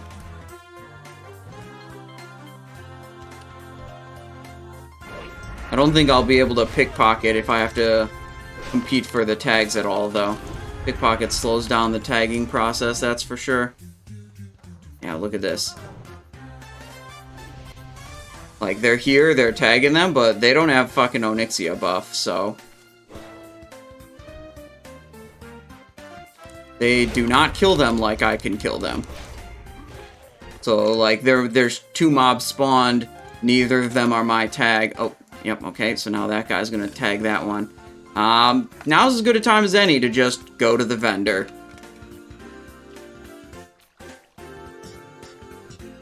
Look, it wouldn't have been a problem if these people didn't suck, okay? If they could actually kill mobs quick, then we'd have plenty to go around. When they sit here, take 20 seconds to kill a mob, I ain't about that. I'm about killing mobs in under 10 seconds.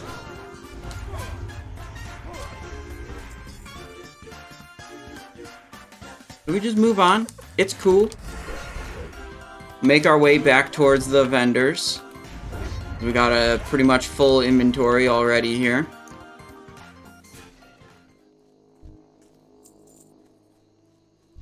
These fen runners, they're super annoying.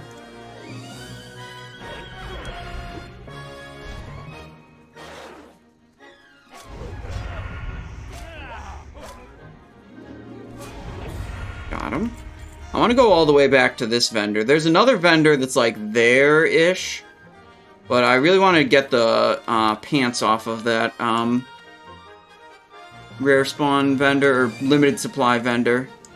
We'll make the trip a little bit farther.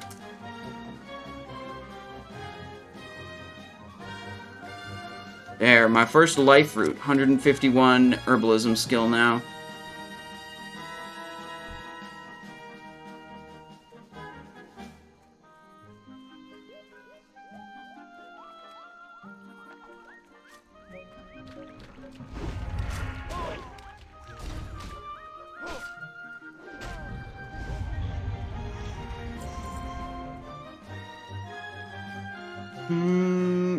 This is actually pretty far. Oh, well, whatever. We'll go. They'll definitely be there. The 6 agility, 6 stamina pants, for sure. It'll be worth the trip because they're going to be there. Let's sprint to go a little faster. I'm not afraid of anything in the wetlands. Don't need to hold this sprint as a, you know, run away from danger thing.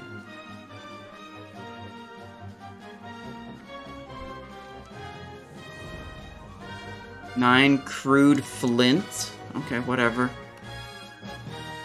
1250 experience. Oh, I didn't actually do my calculation on our experience. 22. Yeah, okay. Too bad. I didn't calculate how much we were getting, you know, per minute, per hour. And then I went and got some other experience, so that kind of scuffed the data a little bit. Oh well.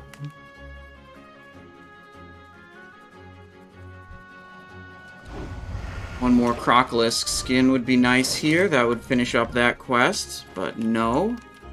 No luck.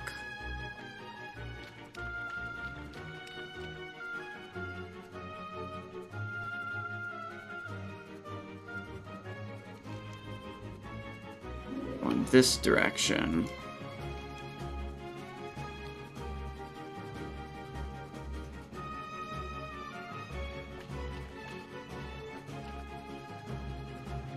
This strikes me as maybe not the best use of an Onyxia buff.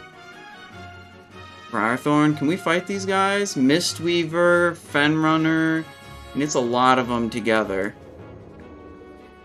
There's the Briarthorn. Yeah, we're gonna skip that. It's too many mobs at once. Just keep heading towards the vendor we're looking for.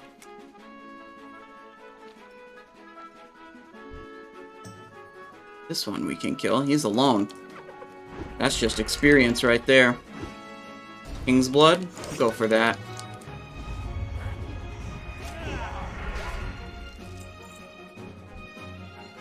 Inventory full? Wait, hang on.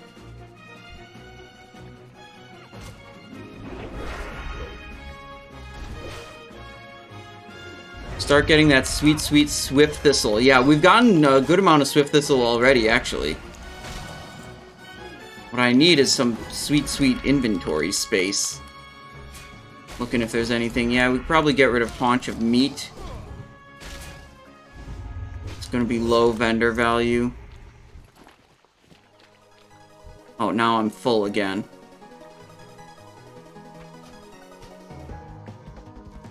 There we go. Oh, this is the crude flint for the west. What else do I think is probably low vendor value? One spongy moral. Yeah, it's probably bad.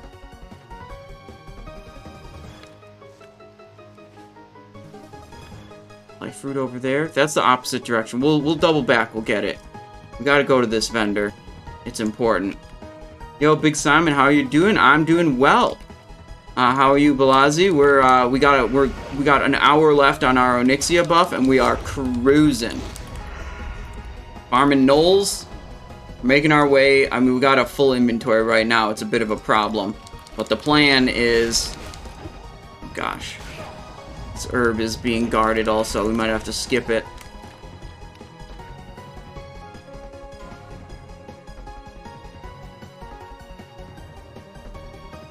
Whatever. Farming Knolls. We're making our way towards a special vendor that we're hoping has some pants for us. They have like a limited supply item, 6 agility, 6 stamina. Pretty good if we can get it.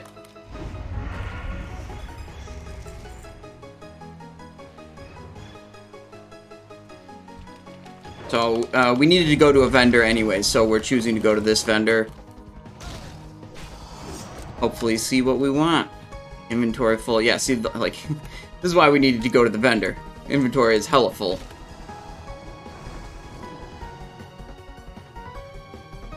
Need bigger bags. Can you... What's the biggest bag you can buy from a vendor? Is it actually 10 slaughters? Are those the biggest you can buy from a vendor? It's the biggest I've seen so far. But I'm thinking maybe there's bigger ones from another vendor. 12? 12 would be great.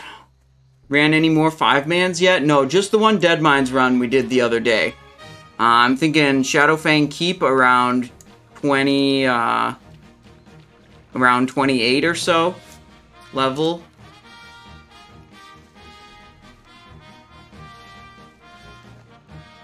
$12s are 2.5 gold? Dude, the 10s are only... The 10s are 2 gold. If I can spend 50 more silver and get a 12, that's a really good deal. Like, frankly, that's such a good deal, I feel like the 2 gold for a 10 is a waste. Did you get Cruel Barb? Why, yes. Yes, I did. It's beautiful. In all its unenchanted glory.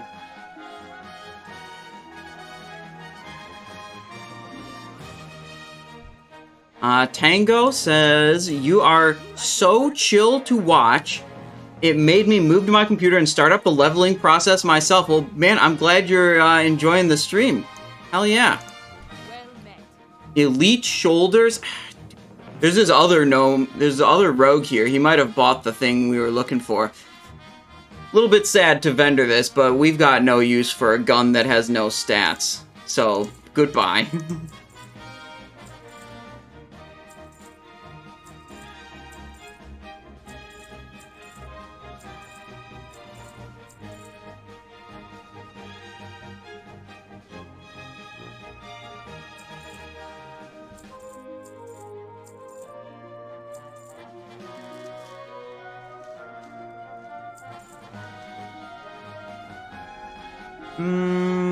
Anything else we want to get rid of? I don't think so.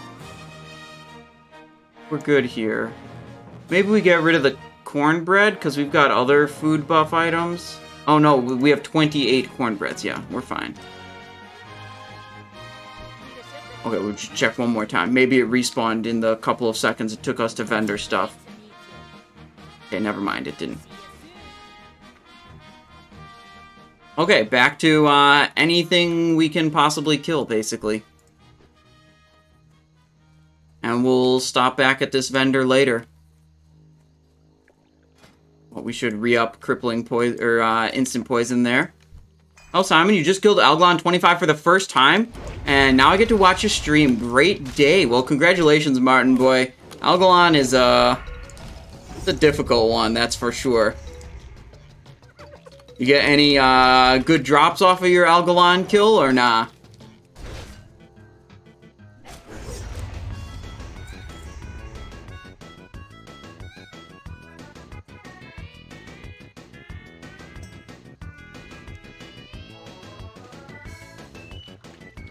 This crude flint.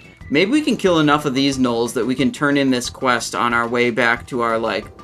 Oh, that's okay. That's too many at once.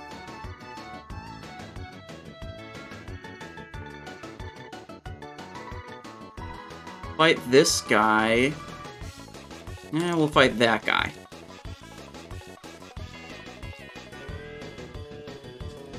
Hopefully we can get 9 crude flints before I make it back to the Green Warden. If we can kill these along the way, that'll be nice and efficient. Got a lot of parries there. There's one. Okay, good. Mage Royal. Ooh, this is gray for me now. No more skill off of Mage Royals anymore.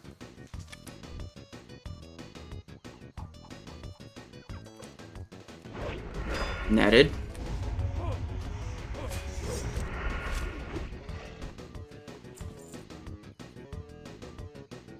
Oh my god, I'm netted. Did you get the ooze quest to get the bag? Yeah, it's in my quest log. But I haven't come across any of the oozes that I need for it. And we're just like not focused on that right now. Once we lose Onyxia buff, I'll like try to like focus on quests a little bit more. But right now, while we have Onyxia buff, I just want to, you know, constantly be killing stuff as much as possible, because I have a huge advantage in just killing stuff right now.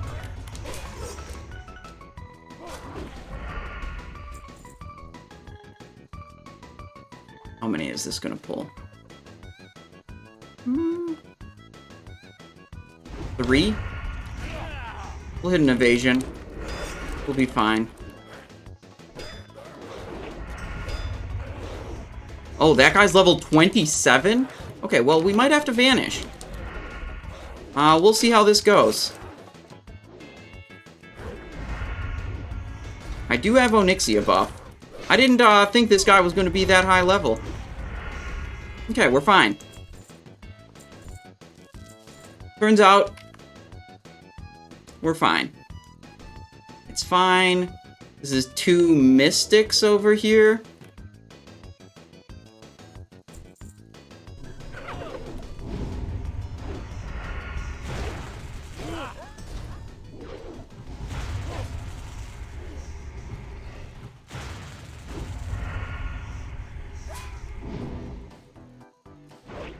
A little bit scary with the double spells going on.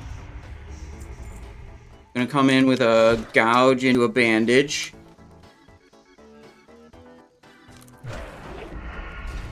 Now we should be fine. We get low, this might even be a vanish. We get some unlucky crits or something. There we go. Okay, we're fine. Maybe a little bit more aggressive than I should have been, but I'm just trying to get these crude flints, you know what I mean? Let's take a moment, eat some food, heal up.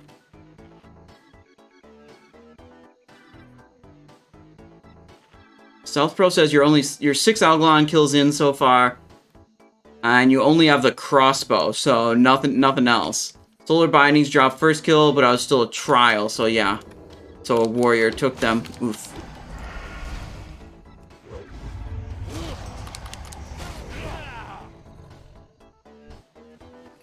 Dude, Dustin, the upside of the ZG buff, I think, is mainly the move speed. Getting that faster move speed, I think, is a pretty big deal.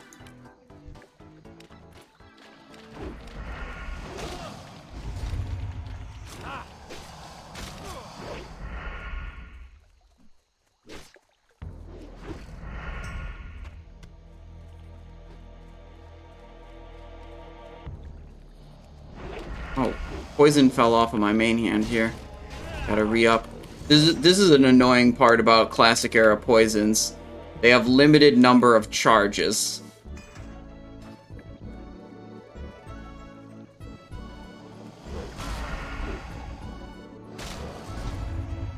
Man, if I could drop 110k for both a Comets and a Dark Matter, I'd be pretty happy with that too, Greek Sauce. The raids I roll in, that's a fair going rate, maybe a little on the cheap side for those items.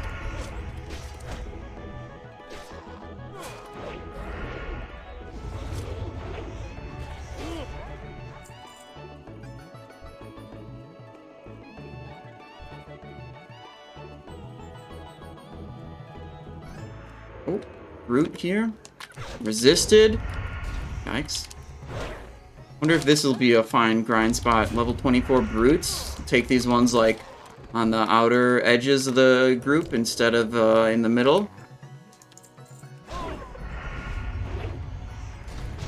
Their higher levels, our kill speed's lower, they deal more damage to us, but they should give us a lot more XP per kill.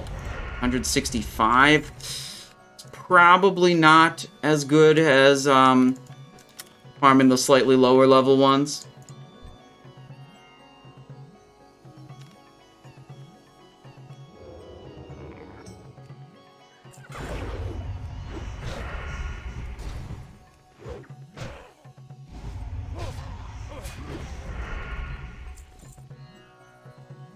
Where's my Knoll spawns? I don't want to fight multiples at once again. Alright, we'll keep moving. Southeast direction.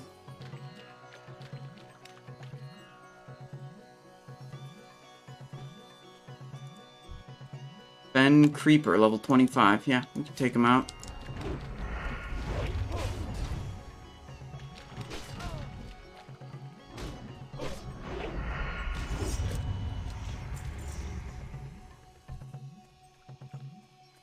Okay, a couple more gnolls. These can drop the flint also, it looks like.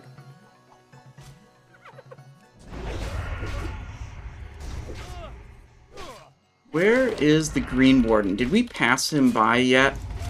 We're still on track to maybe turn this quest. I think he's like here? Yeah, I don't think we passed him by yet. And we've got 5 out of 9 of these flints, so that's pretty good.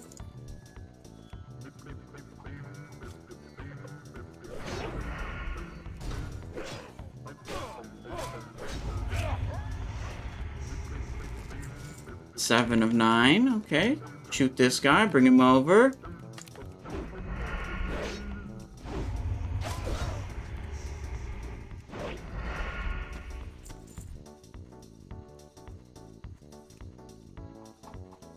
How's this herb looking? Briarthorn, guarded by 3. We can do that, I think.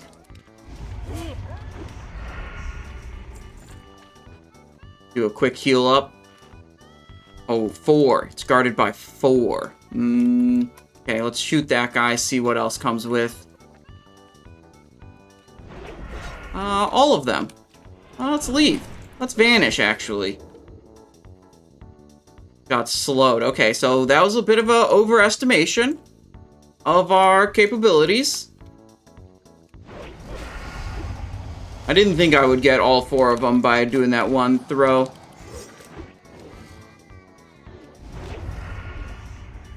And as soon as I saw the Frostbolt land and I was slowed, that's when it changed from just sprint away to we're vanishing to get away.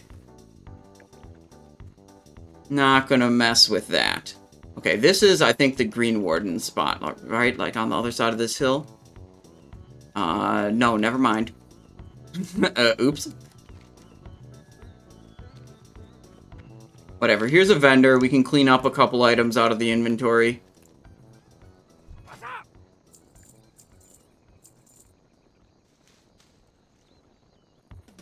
And keep moving. Far hill to my left, like over here. Whatever. We got past the area where the mobs are that drop the thing we were looking for, the crude flint. They're like over here. We're just gonna keep going till... Oh, wait, no. Here's the Green Warden. Yep, there's all his flowers and shit. 7 out of 9 crude flint. That feels a little bit yikes that we didn't get that. Good double back, but I really just want to get to those nice low-level mobs we were farming before. Keep farming them for the remainder of my rallying cry, the Dragonslayer. Then we'll worry about stupid quests. That guy is an ooze that's for one of my many stupid quests.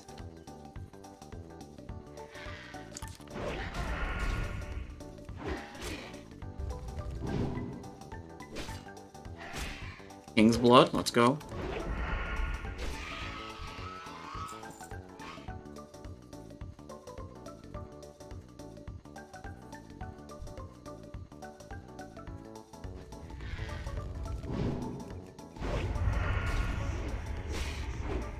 Wait, there's 2 King's Bloods. Okay. Time for herbing amongst the dragons.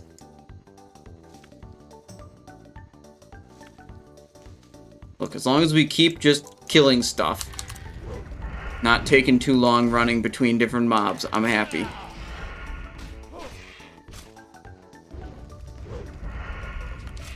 Danish Lurker on rogue number 4, and you're doing the crab grind. Nice. Nice. Is that on Wrath of the Lich King, I assume? So you've probably got a, fat set of heirlooms, I would guess. Make that go nice and fast. Nice, nice. I was thinking about getting Simon 4 up also, but that's a lot of work. But I think, when it's Trial of the Crusader, it's like I might want to have a 4th rogue just because the raids are gonna go so goddamn fast.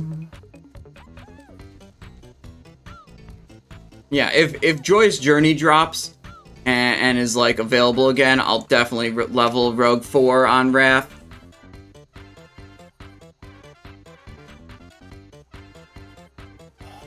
Stray Arts, hello, how's it going? Monstrous Ooze, Stray Arts, thank you for the Prime sub, thank you for 2 months of support. It says, love the stream and the knowledge you provide. GG's, well, I'm glad. I try to be both entertaining and educational at the same time, which is, frankly, that's difficult.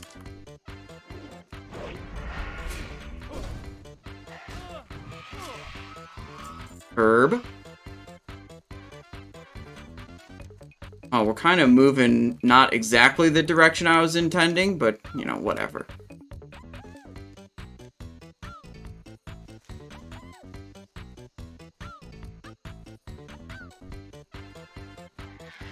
Leveling with Wrath Talents, Heirlooms, and Twinked upgrades. Dude, one of the biggest things I think is good to do is at level 42, get a Flurry Axe, Bind on Equip Epic. And then at level 45, get someone to boost you through Marden for a Thrash Blade. And then you can run Thrash Blade, Flurry Axe all the way to 60, where you then get your Grand Martial weapons from Honor. Simonize, you helped me realize I've been roguing the wrong way all my life, says Cheesy Beast. Well, you've now seen the light. You know the greatness of Rogue. You know how to rogue the right way now.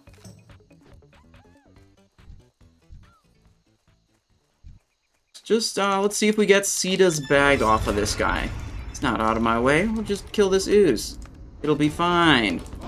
I was warned that these guys have a potentially scary debuff, but they didn't do anything to... Oh, there it is. First ooze kill. We got it. It's because I'm a fucking professional at this game, okay? It's just a skill thing.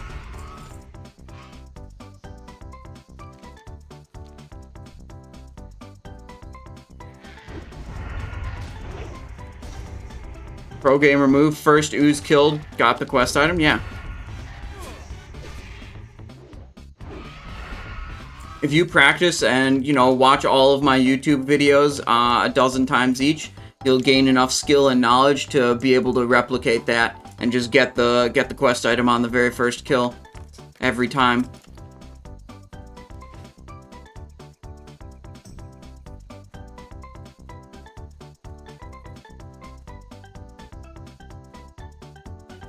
Oh yeah, and the great thing about the Thrash Blade and the Flurry Axe is they're high enough level that you can put Mongoose enchant on them.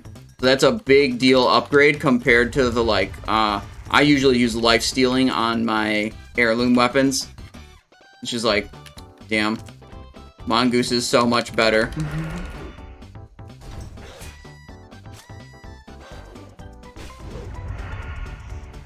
And then when you get to the Grand Martial weapons, you can put Wrath enchants on those, and then it's life ward time, and you basically never have to stop to heal yourself ever again for the rest of the leveling process.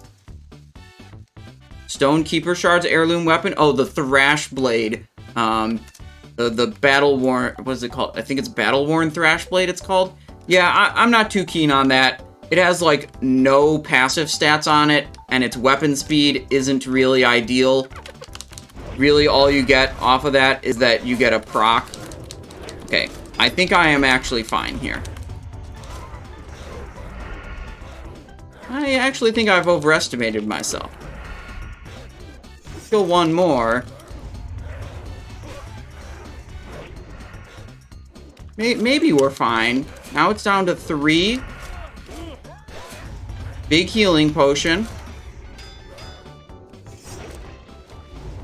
We just did 5 mobs at once.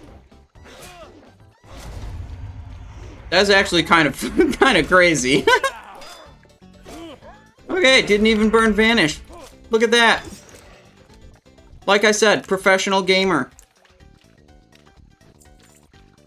Just roll up to the null pack, end it. So you get a potion here. How are we looking on poison charges? We can refresh the offhand. Main hand has 9 left, so we're good there. Refresh the food buff. What other potions do we... I don't think we have any other buff potions. Okay, we're back to the grind.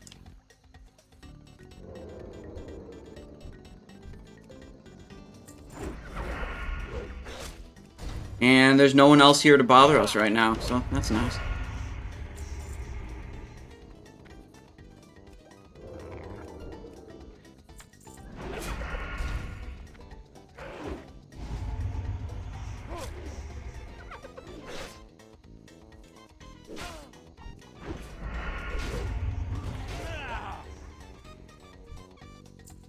$105 off of one, $120 off the other.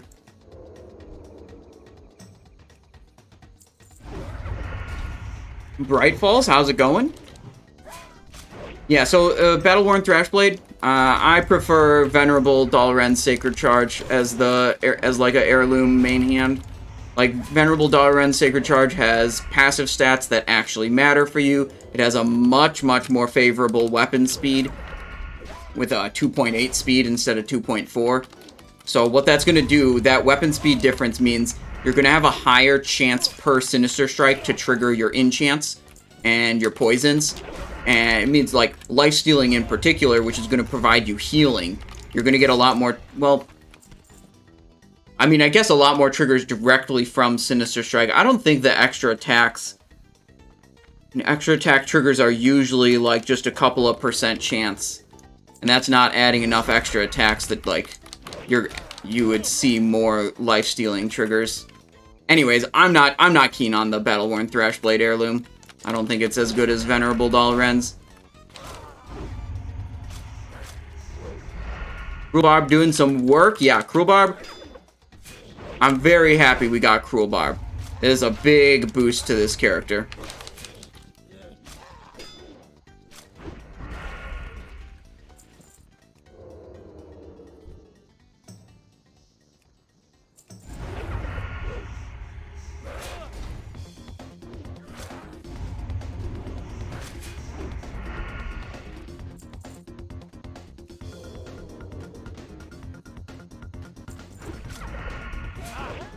Look at this. We're almost 25. Imagine trying to quest to level up. That's what we did yesterday. It was not good. It was such a waste. It felt like such a waste of time. Now we're just cruising. We've done like 2 quests this level. If you get a good dagger drop, would you consider switching to gouge, backstab combo, or stick with swords? Nope, no. Never doing gouge, backstab. So here's the thing. Like, backstab's just like a little bit more energy efficient than Sinister Strike, considering you have identical weapons. If you have to do a gouge for 45 energy just to be able to use your backstab now costs 105 energy. And it's just way shittier than doing 2, almost 3 Sinister Strikes for the same energy cost. There's no shot I'm like spending energy to do setup abilities to be able to then use my main ability. Super inefficient. Now, if you're in like a raiding situation or a dungeon group, it's a slightly different story because like the tank presumably is going to hold aggro and you're not going to have to spend a gouge to get behind the enemy. And then it's like totally fine and good.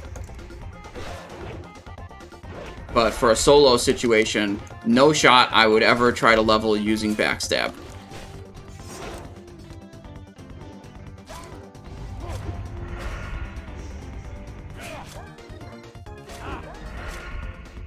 Oh, we lost our main hand poison.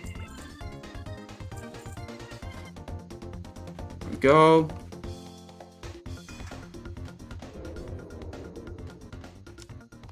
Flying Shithawk says, you got Cruel Barb on your hardcore rogue last night. Having so much fun playing. Hell yeah, dude.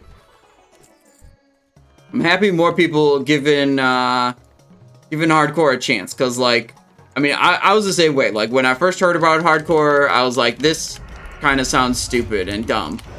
And, like, I didn't realize how good it actually was until I actually tried it.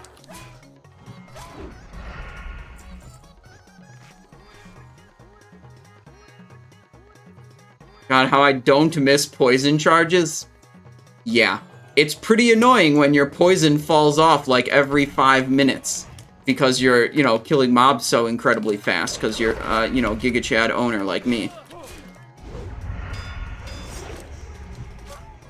Just in combat all the time.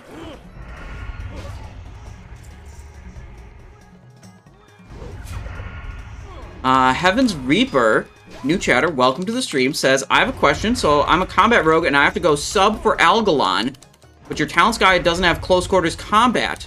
Yeah, so is that fine?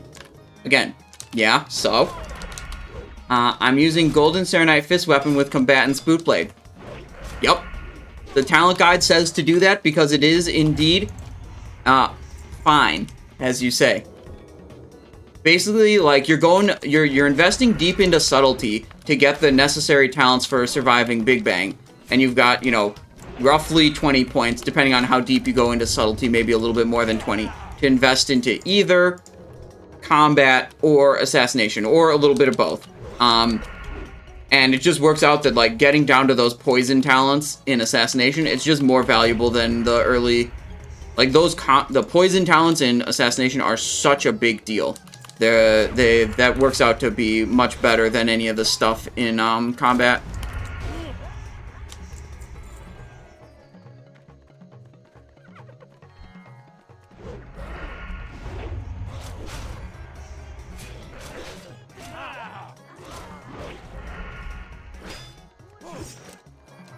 Yeah, I mean, close quarters combat is just literally a worse I mean, in a lot of cases, it's equivalent, but in general sense, close quarters combat is just worse than Malice, right? It does exactly the same thing as Malice, but only is active when you use particular weapons. It's like 1 critical strike chance per talent point spent. And it's like, okay, well, you could just get that in Assassination, and then get some other stuff too in Assassination.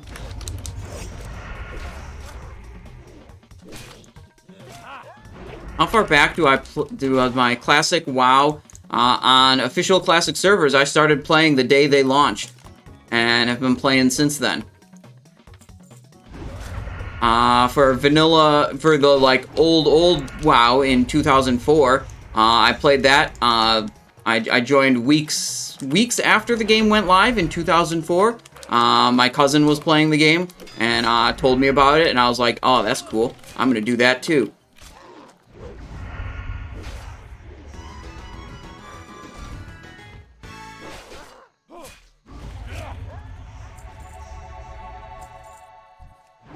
Did you play Season of Mastery or just TBC? Yeah, Season of Mastery for me is like, it came out like just a couple months after we just finished doing Classic.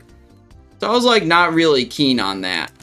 I was like, I'll just keep playing TBC. I'm having fun with TBC.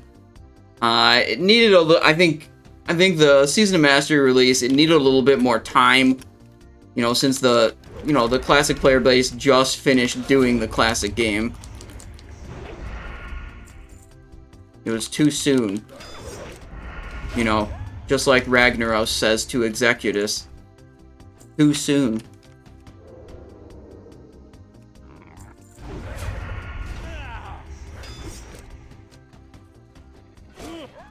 Gonna hop on the WoW question train. Are you gonna play Cataclassic if they bring that next? I don't know.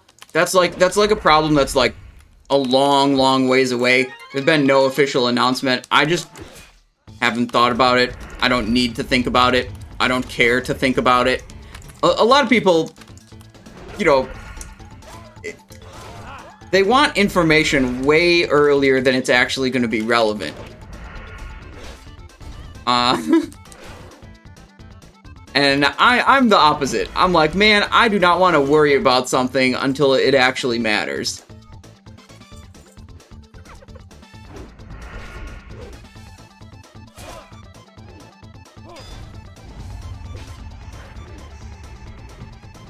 Where do you see yourself in 50 years? In 50 years, I see myself averaging 15,000 viewers and playing video games. While taking, I don't know, medication for arthritis or something. Oh, I'd be old as fuck in 50 years. No, 50 years, retired. Retired is what I would like to be in 50 years. And, which might, you know, depending on how things go, might still involve just broadcasting on Twitch playing video games for fun.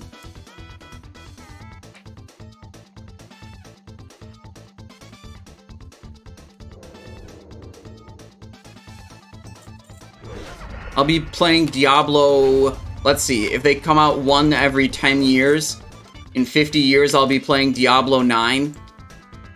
I'm actually pretty stoked for Diablo 4. I think that game is going to be sweet.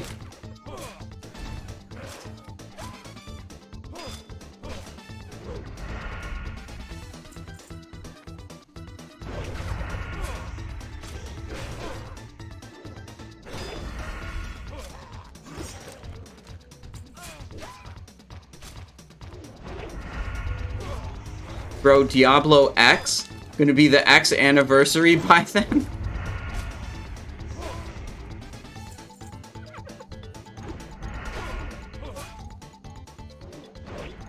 I booked 2 weeks vacation for D4 release? Hell yeah. That's what I'm talking about. For me, it's the opposite. New video game releases, I work extra hours. It's kind of nice, but it's also like, new video game releases, like, if it was totally up to me, I'd just like, you know, I'd play it a lot, but I wouldn't play it as much as I would if I was streaming it. But like, if you're streaming it, it's like, and it releases, it's like, it's the new hot thing, you want to stream it as much as possible. Any raids today? Yeah, we're gonna be going to Ulduar 25, man, but that's not for a while. That's at 8 p.m. Eastern Standard Time, which is in 3-ish hours, 3.5 hours roughly. We got plenty more Hardcore Classic to go. Actually, I hit level 25 a little bit ago. I don't think I even took a talent point. I think I am going to take Remorseless Strikes here. Like, Precision could get us down to dual wield spec, but I think actually diverting over to Remorseless Attacks is going to be a good idea. Especially if we're doing any more grinds even remotely like this one.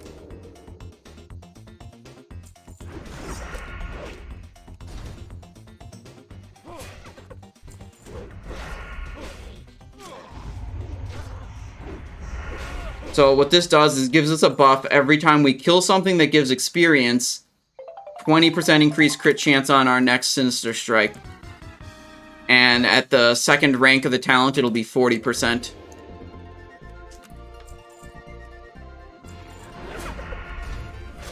So that'll be pretty good.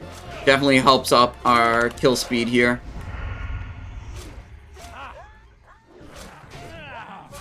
Drag away a little bit. Bandage up. The warrior gonna jump off at Kolagarn again? We'll see. I mean, I don't know why he keeps doing that. He says it's something about, like, dealing more damage, but then he dies every time. So it's like, I don't really understand how that works. Maybe he generates some rage from the fall damage, but he underestimated the fall damage.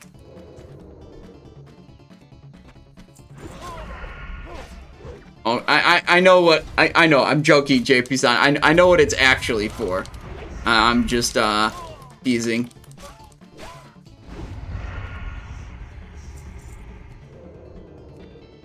I wonder how much coin we have. We're up to 5 gold already? Dude, that's insane. Dude, this grind is great. I'm loving it. Pickpocket everyone for extra coin. We're at 5 gold 50 now. Dude, pretty soon I'll be able to afford Dark Matter in an Ulduar GTKP just off of my classic era gold farming strategies. Kill these mobs so fast I can't even stealth between. I have to, like, pickpocket every other one.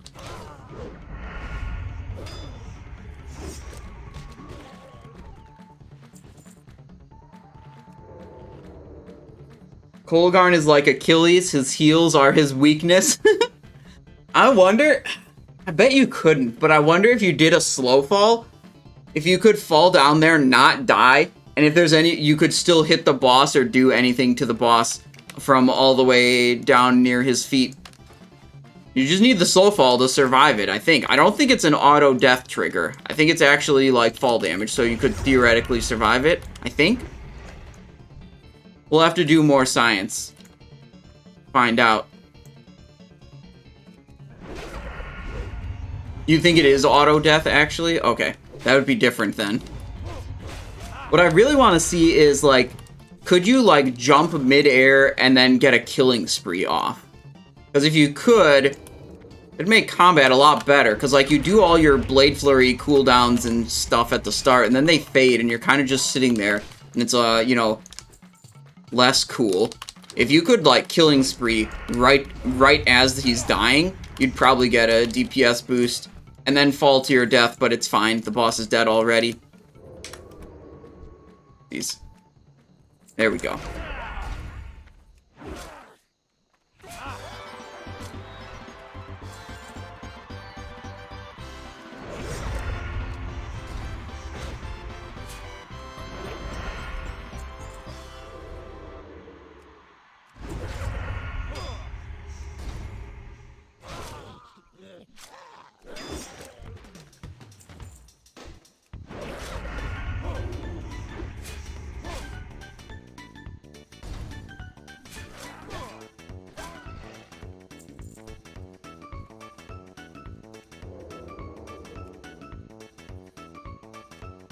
There's the pickpocket.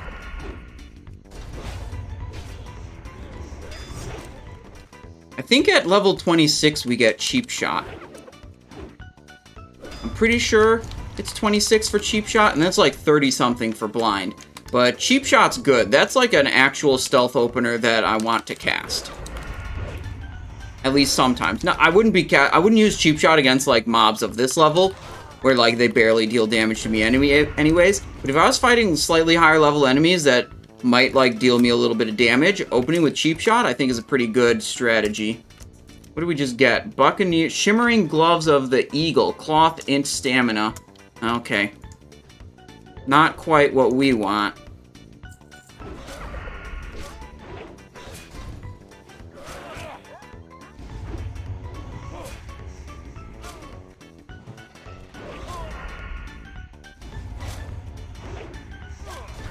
Oh, yeah, if it's not a death trigger, that makes sense that it's an auto death trigger, because otherwise you could get stuck. That's a good point, Bright Falls.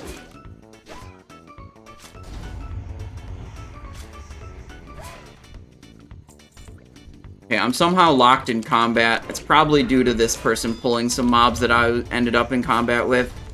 So I wasn't able to stealth between some of these kills. Yeah, see, still in combat. It's okay.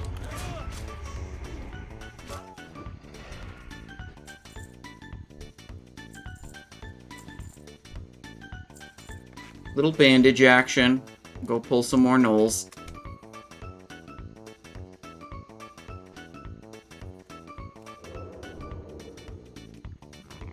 One, two, three.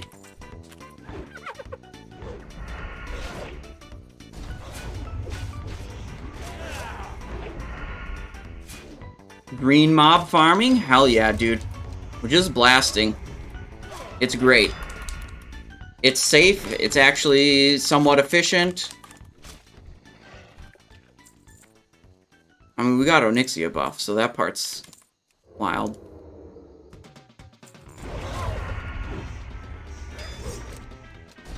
Slice this guy.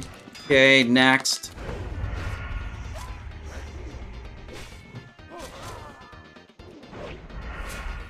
Separate macro for Stealth Sinister. Oh, if I have auto loot enabled. Yeah, that's actually a good idea.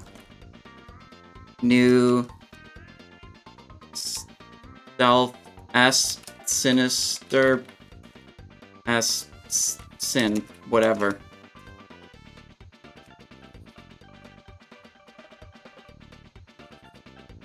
Pickpocket. Is this 2 words? Yes. Okay, let's see how that works.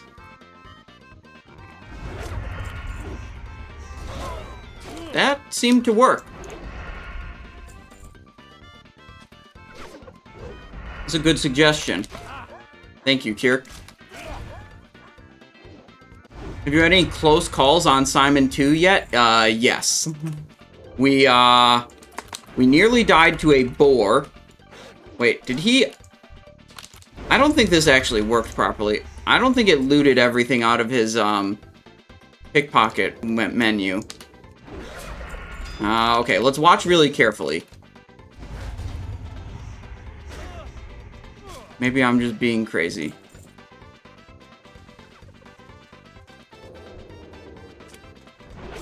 $48 copper. I'm gonna look carefully at the pickpocket window that pops up. And make sure it's actually looting everything once there's, like, actually an item in there. Still just 10 copper.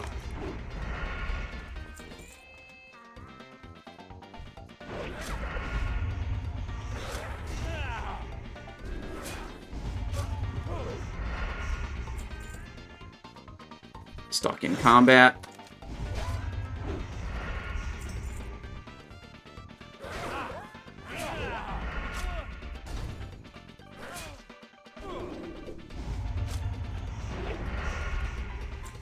Still stuck in combat.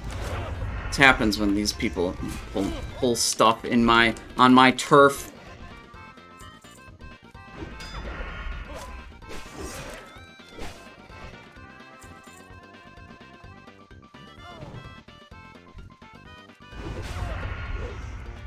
Dude, how long can these people possibly take to kill these mobs?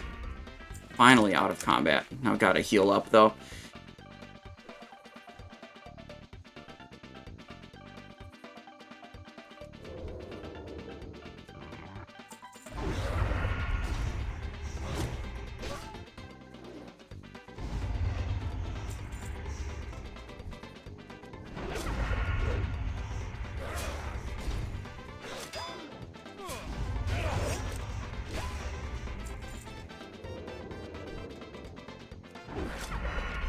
Yep, okay, I did get all the items off of him.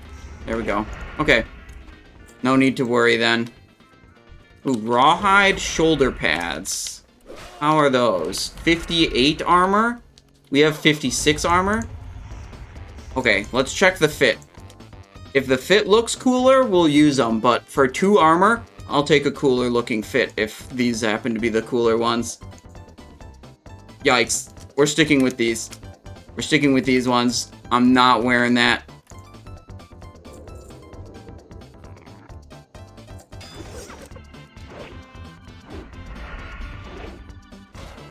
No, it's 58 armor. It's literally just 2 armor more than mine.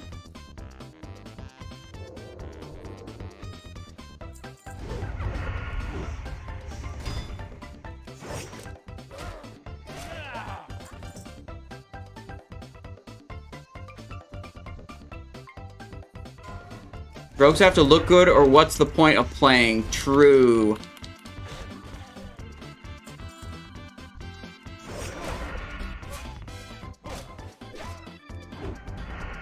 Oh, we slightly ran out of poisons. I don't know how long we've been coasting without poisons.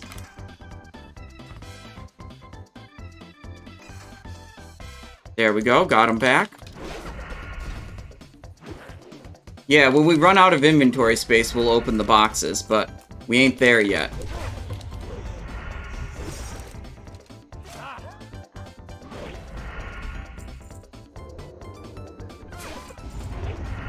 Yeah, okay, I like this pickpocket macro.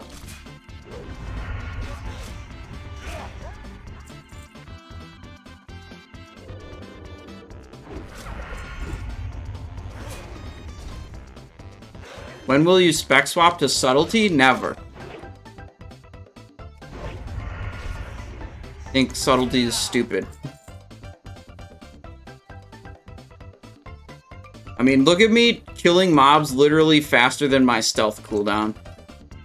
You think I want to be restricted by having to enter stealth position behind a mob and cast ambush every time I want to open and start killing every single mob? No, I don't want that. Imagine that 2 armor could save you in a clutch situation. Yeah, but I wouldn't even look good on the video, on the VOD of my death clip if I died wearing rawhide shoulder pads. Okay? And then, like, what's the point? Like, if I don't look good in the death clip, is it even a good death clip? No. I'll tell you. No, definitely not. Oh, we gotta get Simon Bird out. There we go, Simon Bird.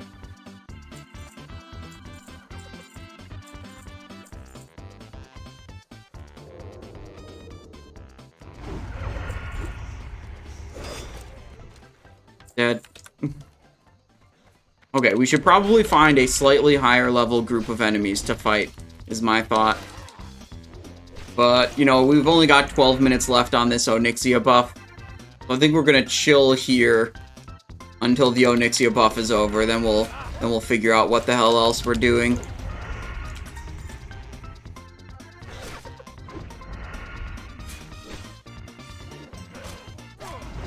Null Slaughter Machine? Dude, look, I'm actually much happier doing this compared to what I was doing yesterday, which was like actually trying to do quests and failing because all the quest mobs were camped. This may seem like kind of boring, but I'm making progress on my character, which is much more rewarding than sitting around like trying to get quest mob tags and being frustrated because they're way over camped. Like, all of yesterday, we gained 1 level, basically. We've already gained 2 levels today, and we've got a lot more time to go. I mean, we'll probably be 26 before the stream's over, maybe 27, if we keep up a good pace like this. Okay, I'm getting a little aggressive here. My health is pretty low. Yeah, just healing potion. Don't take any undue risks. Level 30 equals Blade Flurry. Well, Pendergast, we're sidetracking on the talents. We're going to take 2 in Remorseless attacks. So Blade Flurry is not going to come until level 32. I decided that's actually probably worth it. Mage Royal is a gray herb. I'm not even going to go for it.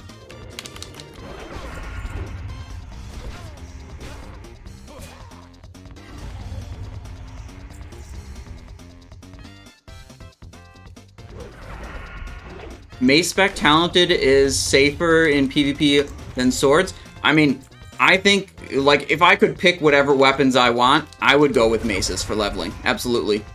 I think a 3-second stun is more valuable than an extra attack, and it triggers at the, you know, same chance. And you even save, if you go, oh, Lead Band of Intellect. I mean, that doesn't really do anything for us, but we're going to equip it anyways, because, you know, we can't trade it or sell it, so what else? Maybe we'll just vendor it next time we go to a vendor. But, yeah, okay, our first ring. Faster weapon skill. Yeah, but that isn't really anything. That isn't really, like, something that matters. Not too hard to keep up with our weapon skills, as is.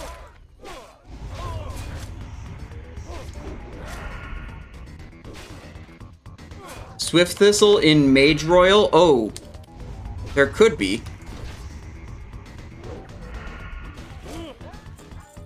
Okay, well, we'll get it later.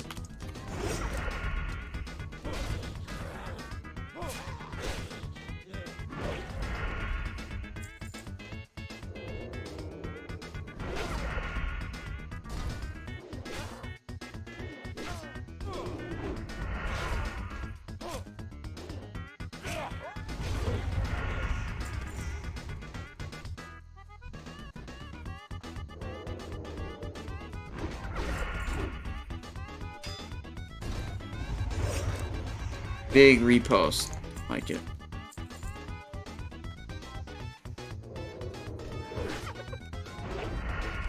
I think I pressed the wrong bind. I didn't pickpocket this guy.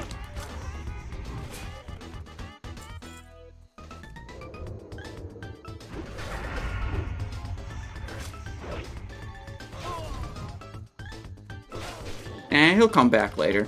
Let him run. We'll just focus on this guy.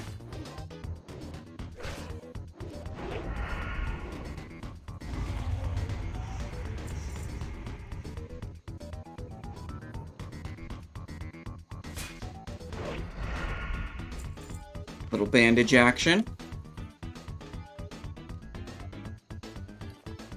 Do we have anything good? Not really. Just a stupid intellect ring. What a disappointment. Could have been an agility ring. That would have been hype.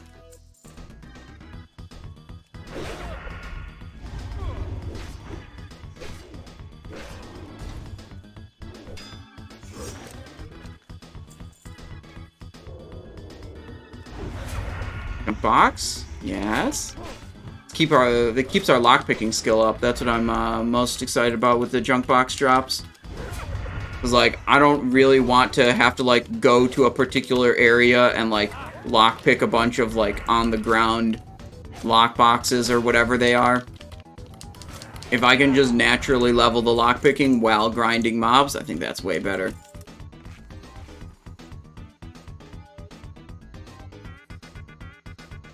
There's an echo when I talk? Is anyone else getting an echo? I don't think there should be an echo. I'm looking at my audio settings over here. No echo for me. Alright, I'm gonna vote Kekromant. That's probably on your end. If everyone else is doing fine.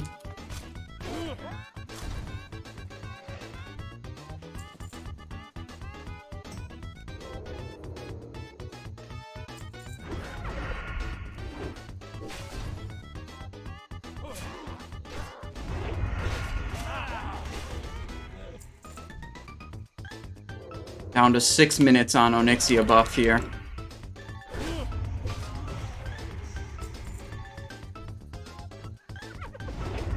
I'm gonna have to find out. You guys were telling me earlier that I could buy a 12 slot bag from a vendor for 2.5 gold. Once this Onyxia buff fades, I'm gonna look up and see, you know, where all the vendor bought bags are, because I'd be super in on that. Oh, you had the stream both in Discord and on Twitch. Yep, that makes sense.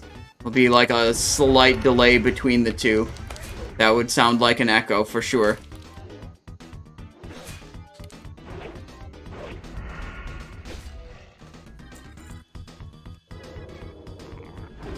Wonder how much gold I'm at now. 6 gold, 7. Pickpocketing's insane!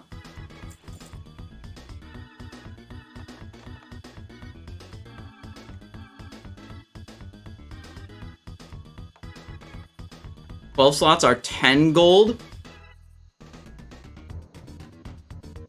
That is a lot more gold than I was told before. Maybe they're cheaper, like in Wrath or something, and that's some people got confused.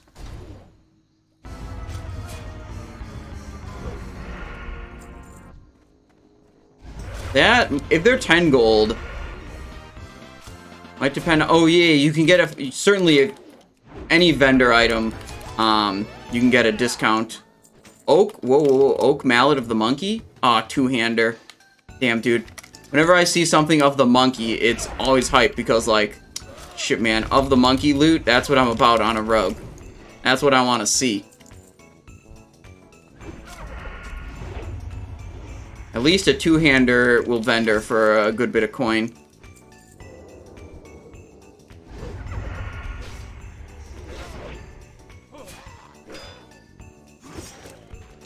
Easy repost, slaughter that guy. Warriors want monkey loot since they identify. Okay, no, they're more like bears, okay. You settle for wolf or tiger? I mean, some of these slots, yeah. I mean, like, I've got boar right here. If I got wolf or tiger, I'd be much happier on that slot for sure. But, like, here, I've already got monkey. This is Smith's Trousers, that's Strength Agility, that's basically a tiger item. That's the same, you know, that's the same stat line as a tiger enchant, random enchant.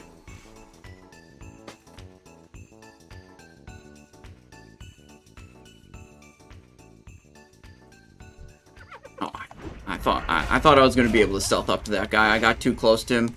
He aggroed. Little poison refresh.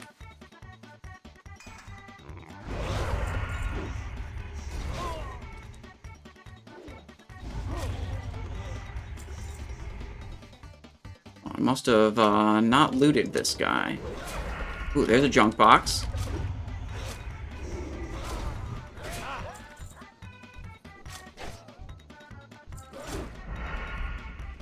Full inventory again. Open the junk box. Is there anything that's... Yeah, this is kind of junk. We'll get rid of that.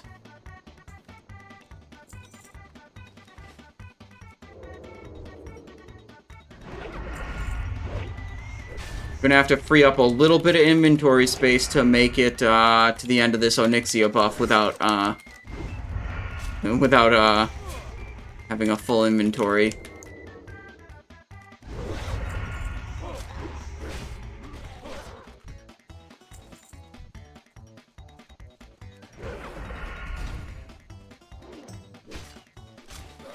That guy didn't aggro me? That's kind of surprising. Thought for sure he would aggro.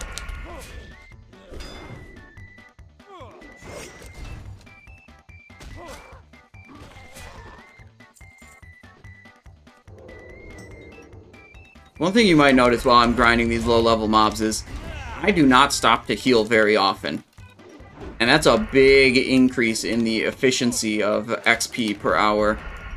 The fact that they don't deal very much damage to me is a pretty big deal in efficiency. Stop to heal sometimes, but Not often. Alright, that's the final 5 seconds of the Onyxia buff right here. That's it. Our insane power trip is now over.